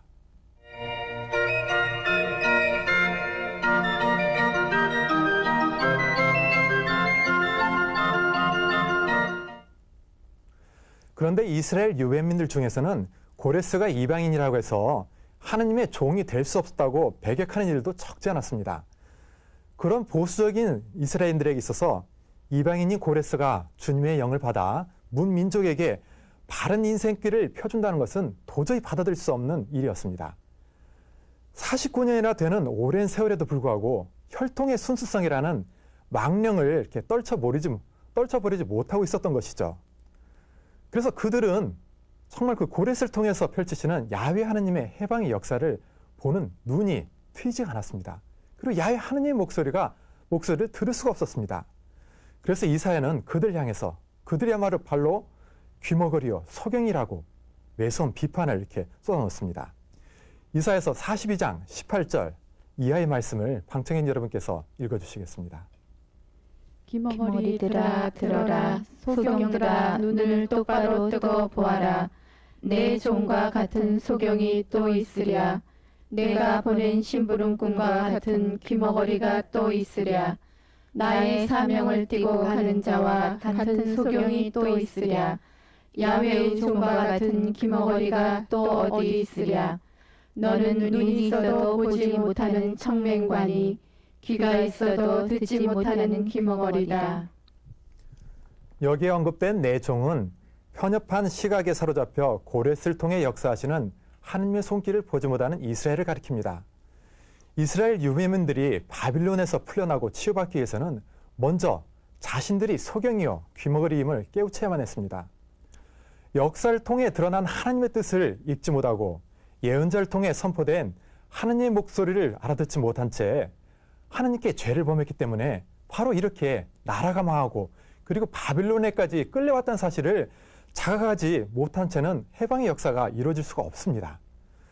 그런데도 끝까지 고집을 부리는 이스라엘 백성에 대해서 어떻게 보면 이사야는 하느님의 최후 통첩을 선포합니다.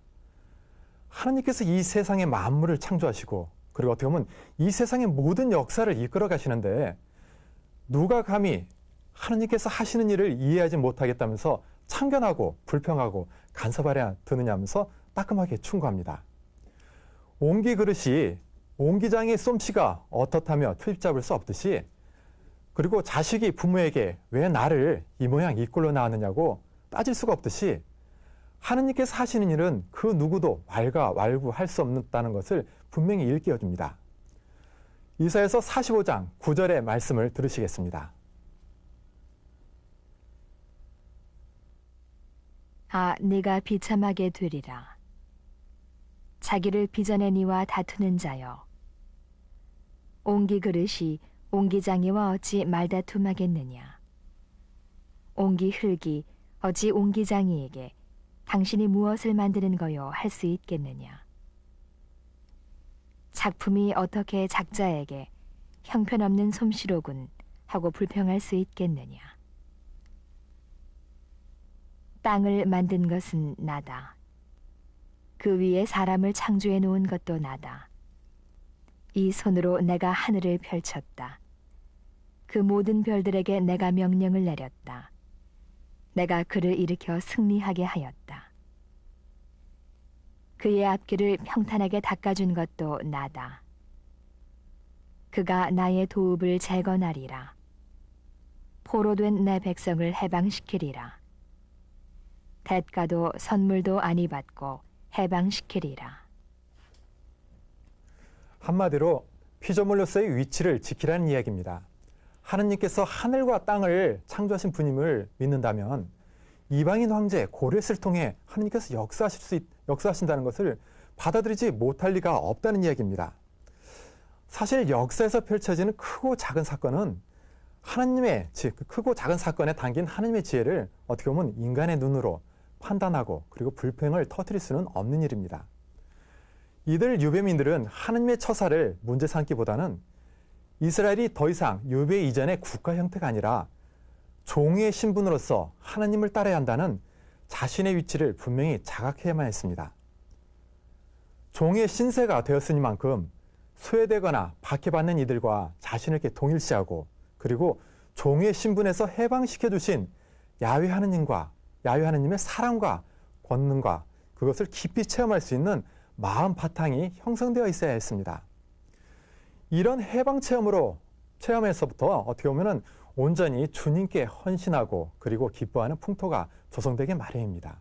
그리고 우상이 아닌 하느님만이 모든 것의 시작이요 마감이라는 각성이 깃들기 마련입니다. 그러기에 제2이사야는 이스라엘이 종으로 불렸음을 잊어서는 안 된다고 거듭거듭 촉구합니다. 이스라엘아, 너는 나의 종임을 잊지 말아라. 너는 내가 빚어 만든 나의 종이다. 그리고 하느님의 말을 들으라고 애타게 촉구합니다. 내 말을 들어라 야곱아. 내가 불러 세운 이스라엘아. 나는 한결같다. 내가 시작이요 내가 마감이다.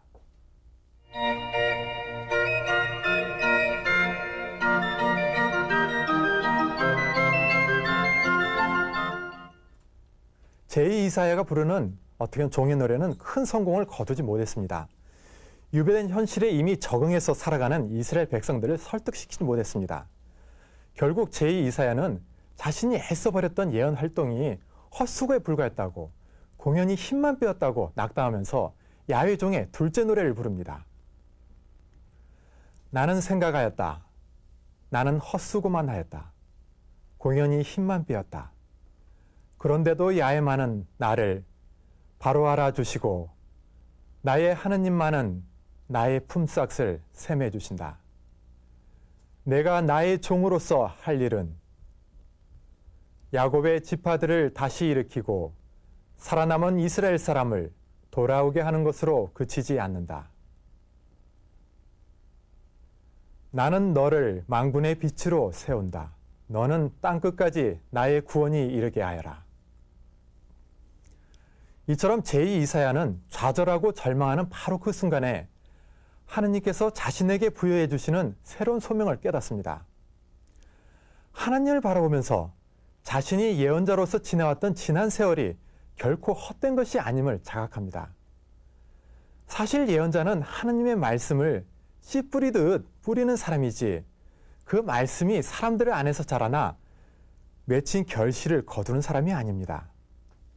제2 이사야도 더 이상 이제 어떤 결실이나 수확에 연연하지 않습니다.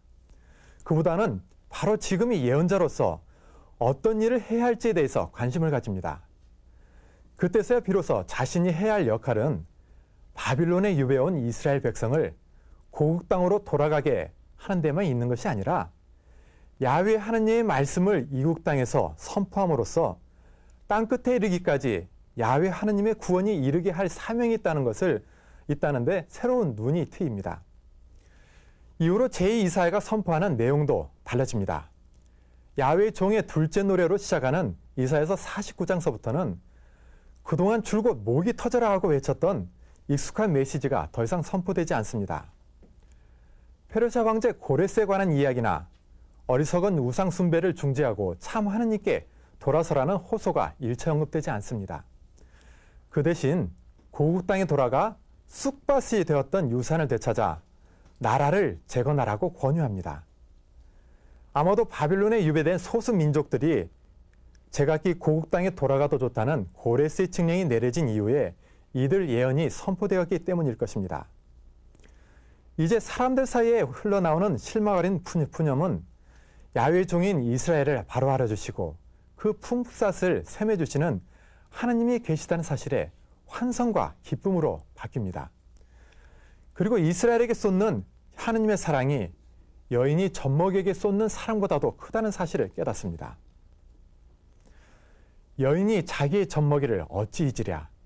자기가 낳은 아이를 어찌 가엾게 여기지 않으랴? 어미는 혹시 잊을지 몰라도 나는 결코 너를 잊지 않으리라. 하느님께서 젖먹이를 둔 어머니보다 더 극진한 사랑을 이스라엘에 쏟는다는 통찰이야말로 나라가 망하고 바빌론에 유배됨으로써 하느님께 버림받았다는 이스라엘의 뿌리 깊은 좌절과 절망감을 말끔히 씻어내기에 충분했을 겁니다. 사랑받는다는 체험은 이전에 받았던 차별과 서름을 넘어서게 하는 힘입니다. 또한 자신과 같이 소외받고 서러움에 지친 이들의 심정을 헤아리며 따뜻하게 위로하는 원체험이기도 합니다. 비록 아무런 힘도 없고 그리고 고통받는 종의 처지이지만 인간의 능력이 아닌 하느님의 능력에 온전히 신뢰하고 고통받는 동료 이웃을 온전히 감싸 안을 수 있는 마음은 바로 그런 종의 신분에서야말로 가능합니다.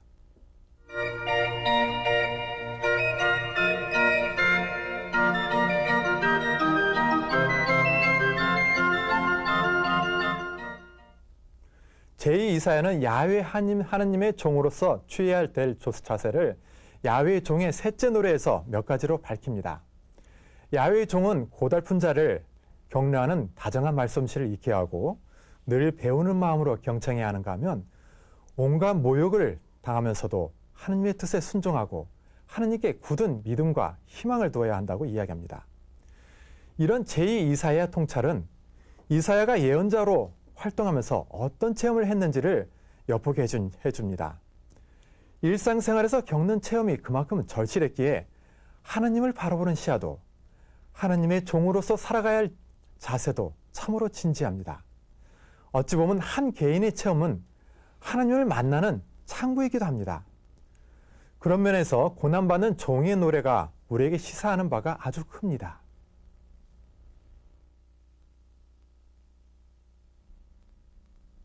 그는 고통을 겪고 병고를 앓은 사람들이 얼굴을 가리우고 피해갈 만큼 멸시만 당하였으므로 우리도 덩달아 그를 업신여겼다.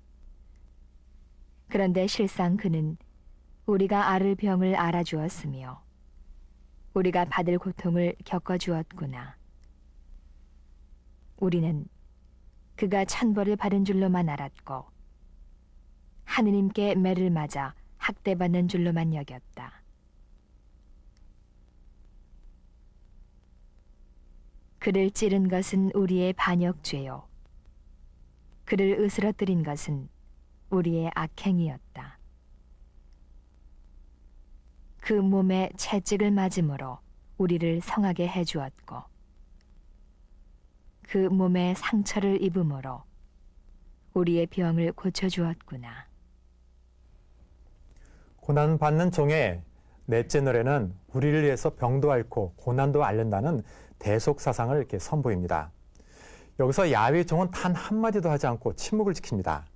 다만 그 종을 바라보는 사람들이 야훼의 종이 자신들과 어떤 관계에 있는지를 진지하게 사색해 나갑니다. 그래서 사람들을 위해서 고난받는 야훼의 종이 누구인지, 그 종을 바라보며 고난의 의미를 사색하는 사람들이 누군지가 모호합니다. 제2 이사야일 수도 있고 그 제자일 수도 있습니다. 그리고 고난받는 야훼의 종을 지켜보는 만방일 수도 있습니다. 사실 유다이즘의 공식적인 메시지에서는 어떻게 보면 대속적인 고난 사상이 일체 언급되지 않습니다. 이렇게 모호한 부분이 있기 때문에 신약 시대에 들어와서 고난받는 야훼의 종은 어찌 보면 야훼 그리스도라는 신앙 고백이 생겨났는지도 모릅니다. 세례 때, 그리고 기적을 행할 때, 그리고 자신을 드러내지 말라고 신신당부하는 모습에서 그동안 기다려온 야훼의 종을 떠올리게 되었습니다. 나아가 사도행전에서도 아예 예수를 수식하는 말로 하느님의 종을 거론하고 초대교회에서도 오히려 당신의 것을 다 내어놓고 종의 신분을 취하셔서 우리와 똑같은 인간이 되셨습니다. 이런 찬미가를 공공연히 노래 불렀습니다. 야훼의 종이 고난을 받는다는 사상이 신약에 들어와서 십자가에 처형된 예수를 메시아로 고백하게 만드는데 큰 역할을 한 셈입니다. 이제 제2 이사야는 하느님께서 무상으로 베풀어 주시는 잔치에 사람들을 초대합니다. 너희 목마른 자들아 오너라, 여기에 물이 있다. 너희 먹을 것 없는 자들아 오너라, 돈 없이 양식을 사서 먹어라. 하느님께서 베풀어 주시는 잔치 음식은 그동안 제의를 집전하는 사제들로 국한되어 있었지만 이제는 일상적인 사람들에게로 활짝 열립니다. 다만 하느님의 잔치에 참석할 수 있는 요건을 갖춰야 됩니다. 그 요건은 바로 하느님께 대한 목마름입니다. 어찌 보면 그리고 또 하나의 요건은 하느님의 생각과 인간의 생각은 아주 다르다는 깨달음입니다. 이사야서 55장 8절의 말씀입니다. 내 생각은 너희 생각과 같지 않고 나의 길은 너희 길과 같지 않다. 하느님의 말씀은 언제 어디서나 인간의 말과는 달리 반드시 이루어진다는 확신이 분명히 설 때 비로소 앞으로 어떤 일이 벌어질지 모른다는 불안감을 떨치고 과감히 귀한 길에 오를 수 있는 법입니다. 그래서 제2 이사야는 바로 이런 확신을 바빌론 유배민들에게 심어주려고 했습니다. 이사야서 55장 10절 이하의 말씀입니다. 하늘에서 쏟아지는 비 그리고 내리는 눈이 하늘로 되돌아가지 아니하고 땅을 흠뻑 적시어 싹들이 자라게 하며 씨 뿌린 사람에게 씨앗과 먹을 양식을 내주듯이 내 입에서 나가는 말도 그 받은 사명을 이루어 나의 뜻을 성취하지 아니하고는 그냥 나에게로 돌아오지는 않는다.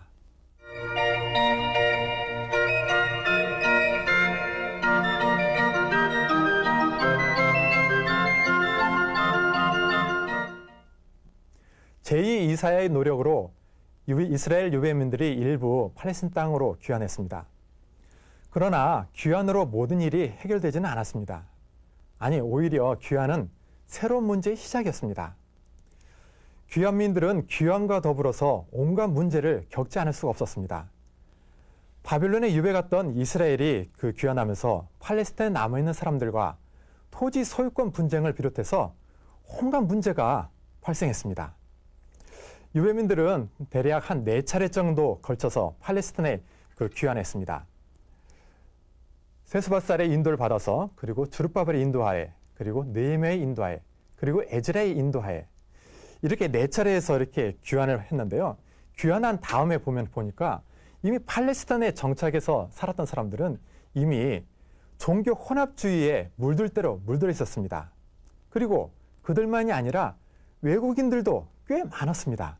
그래서 이들을 야훼 신앙 안에서 어떻게 포용하느냐, 이런 문제는 보통 어려운 일이 아니었습니다. 그래서 바로 이 일은 제2 이사야의 제자로 여겨지긴 제3 이사야가 떠맡습니다. 제3 이사야는 먼저 당대 초미의 관심사라고 할 수 있는 공동체 문제에 초점을 맞춥니다. 이전에는 공동체에서 제외되었던 외국인들 그리고 고자들, 그들도 바로 공동체 성원이 될 수 있다는 결단을 내립니다. 유배 갔던 게 외국인들이나 고자들 때문이 아니라 이스라엘 지도자들 때문에 유배를 갔는데 왜 그들이 제어되어야 하느냐고 외칩니다. 그래서 어떻게 보면 제3 이사야는 외국인과 고자를 포함해서 모두가 이스라엘 공동체가 될 수 있다는 새로운 만민 사상을 펼쳐 보입니다. 이사야서 56장 3절과 7절의 말씀을 방청객 여러분께서 읽어주시겠습니다. 야훼께로 개종한 외국인은 야훼께서 나를 당신의 백성에게서 제명시키리라고 걱정하지 말라. 고자들도 나는 마른 나무 같은 신세구나 하고 염려하지 말라. 나는 그들을 나의 거룩한 산에 불러다가 나의 기도처에서 기쁜 나날을 보내게 하리라. 그들이 나의 제단에 바치는 번제물과 희생제물을 내가 즐겨 받으리라. 나의 집은 뭇 백성이 모여 기도하는 집이라 불리리라. 나의 집은 뭇 백성이 모여 기도하는 집이라 불리리라. 이렇게 제3 이사야도 제2사야 마찬가지로 만민 구원 사상을 펼쳐 보입니다. 여기서의 그 강조점은 뭇 백성이 모인다는 데 있습니다. 다시 말해서 더 이상 야훼 하느님께 예배하러 오른 사람에 대해서 이러쿵저러쿵 하면서 자격 요건을 따지지 말라는 이야기입니다.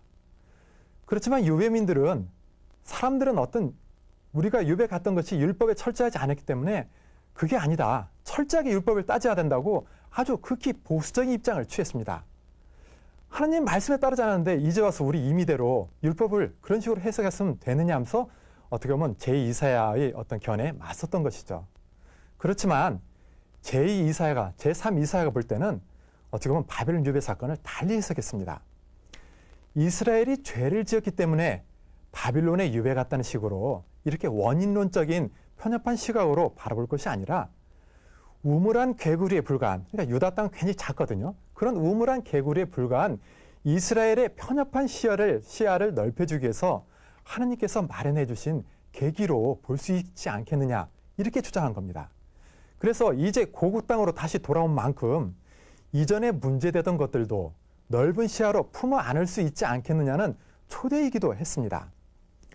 이 말씀은 신약 시대에 들어와서 뭇 백성이 아니라 기도하는 집에 강세점이 주어집니다.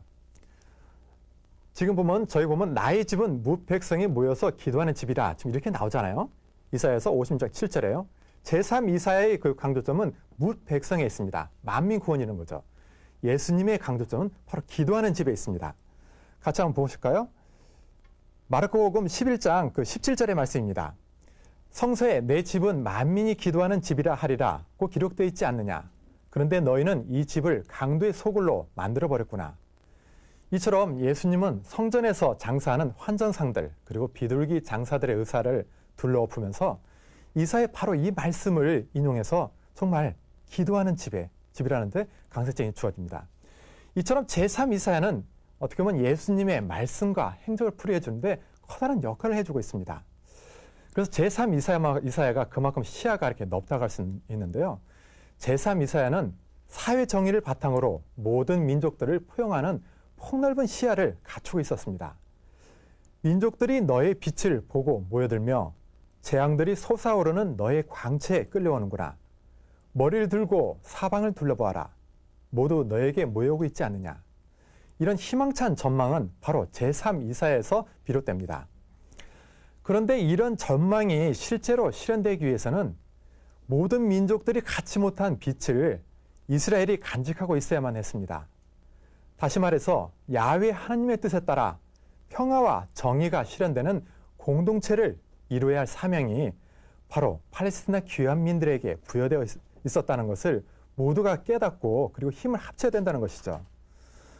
물론 각 사람 안에서 일을 이루시는 분은 하나님이십니다. 바로 이런 믿음에서 제3 이사야는 주 야훼의 영이 한 사람 한 사람에게 사명을 주어 파견하실 때야만 비로소 이 일이 이루어질 것이라는 희망찬 노래를 부릅니다. 이사야서 61장 1절 이하의 말씀을 들으시겠습니다. 주 야훼의 영을 내려주시며 야훼께서 나에게 기름을 부어주시고 나를 보내시며 이르셨다. 억눌린 자들에게 복음을 전하여라.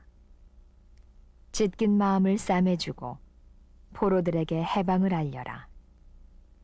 옥에 갇힌 자들에게 자유를 선포하여라. 야훼께서 우리를 반겨주시래. 우리 하느님께서 원수 갚으실 날이 이르렀다고 선포하여라. 슬퍼하는 모든 사람을 위로하여라. 시온에서 슬퍼하는 사람에게 희망을 주어라. 공동체 안에 억압과 상처, 불평등과 슬픔이 있어서는 안 된다는 메시지입니다. 이 메시지는 공동체 안에 정의와 공평이 자리 잡았을 때, 그리고 이미 그런 상태에 됐을 때 시온은 완전히 새롭게 바뀌어지라는 부푼 꿈이기도 했습니다. 이 꿈은 이사야만의 꿈이 아닙니다. 언제 어디서나 하느님의 뜻을 따르는 사람들이면 누구나 계속해서 꾸는 꿈이기도 합니다. 훗날 예수님도 나자렛 회당에서 이사야의 이 말씀을 펼쳐 읽으심으로써 당신의 꿈과 사명이 무엇인지를 사람들 앞에서 분명히 밝히셨습니다. 이 말씀은 이스라엘 공동체 안에 정의와 공평이 자리 잡을 때 이미 시온은 완전히 새롭게 바뀌리라는 예고이기도 했습니다. 실제로 적군의 침입을 받아 버림받은 여자여 소박되었던 예루살렘이 이후로는 사랑하는 나의 임이요 내 아내로 불리우는 존재로 격상됩니다. 62장 4절의 말씀입니다. 이제는 너를 사랑하는 나의 임이라 너의 땅을 내 아내라 부르리라. 그러나 미래의 꿈이 근사할수록 눈앞의 현실은 비참해 보이기만 합니다. 그래서 장밋빛 꿈과 함께 하나님께 탄원하는 기도가 끊이질 않습니다. 야훼여 어찌하여 우리로 하여금 당신의 길을 떠나 헤매게 하셨습니까? 어찌하여 우리의 마음을 굳어지게 하시어 당신을 두려워할 줄도 모르게 만드셨습니까? 어찌하여 악인들이 성소를 침입하게 만드셨습니까? 어찌하여 우리의 원수들이 당신의 성소를 짓밟습니까? 그러나 하나님은 모든 이들의 간청을 들어주시는 분이시기에 새 하늘과 새 땅을 창조해 주시려는 희망은 아주 드높이 타오릅니다. 이 꿈은 지금 우리에게도 계속됩니다. 2000년 대인년을 앞둔 우리들이 새롭게 시작하는 마음으로 다시금 품어야 할 꿈입니다. 꿈을 꾸는 사람들은 그 꿈이 언젠가 이루어지리라는 강렬한 희망을 품습니다. 그리고 그 희망이 이루어지라는 징표를 볼 때 온몸으로 기뻐합니다. 어찌 보면 이런 사람들이 바로 대희년의 기쁨을 앞당겨 사는 사람들이 아닐까 싶습니다. 마치는 말씀으로 이사야서 65장 17절 이하의 말씀을 들으시겠습니다. 보아라, 나 이제 새 하늘과 새 땅을 창조한다. 지난 일은 기억에서 사라져 생각나지도 아니하리라. 내가 창조하는 것을 영원히 기뻐하고 즐거워하여라. 나는 나의 즐거움 예루살렘을 새로 세우고 나의 기쁨 예루살렘 시민을 새로 나게 하리라. 예루살렘은 나의 기쁨이요 그 시민은 나의 즐거움이라. 예루살렘 안에서 다시는 울음소리가 나지 않겠고 부르짖는 소리도 들리지 아니하리라. 성서 본문은 모두 체험과 증언과 고백의 기록입니다. 성서 저자들은 객관적으로 어떤 사실을 기록한 데는 흥미를 갖지 않았습니다. 그 기록을 통해서 하나님이 어떤 분이신지를 체험할 수 있도록 이끌어 주신 것이죠. 어떻게 보면 이사야서는 바로 이런 식의 체험의 기록이 바로 이사야서다. 이런 시각으로 읽어야 됩니다. 시대 상황은 늘 달라집니다. 그래서 이사야가 처한 시대 상황이나 저희가 처한 상황이 달라지죠. 그래도 하느님은 바로 그런 달라진 상황 가운데서도 끊임없이 역사하신다는 것을 이사야가 일깨워주고 있습니다. 다음 시간에는 장콘소시아 수녀님이 예레미야서 강의가 이어지겠습니다. 유다 왕국이 멸망하는 것을 목격해야만 했던 비운의 예언자 예레미야의 어떤 삶과 말씀을 아주 절절하게 풀이해 주실 것입니다. 기대해 주십시오. 성부와 성자와 성령의 이름으로 아멘. 모든 것을 새롭게 하시는 주님, 새 하늘과 새 땅만이 아니라 저희의 마음도 새롭게 빚어주십시오. 지난날에 당신을 거슬렀던 모든 죄악과 이웃의 마음을 아프게 했던 모든 잘못이 아예 기억에서 사라져 생각나지도 않게 해주십시오. 이제부터는 새로운 마음과 새로운 정신으로 이웃을 내 몸같이 아끼고 사랑하며 당신을 지성으로 섬기는 삶을 살 수 있도록 허락해 주십시오. 우리 주 예수 그리스도를 통하여 비나이다. 아멘. 성부와 성자와 성령의 이름으로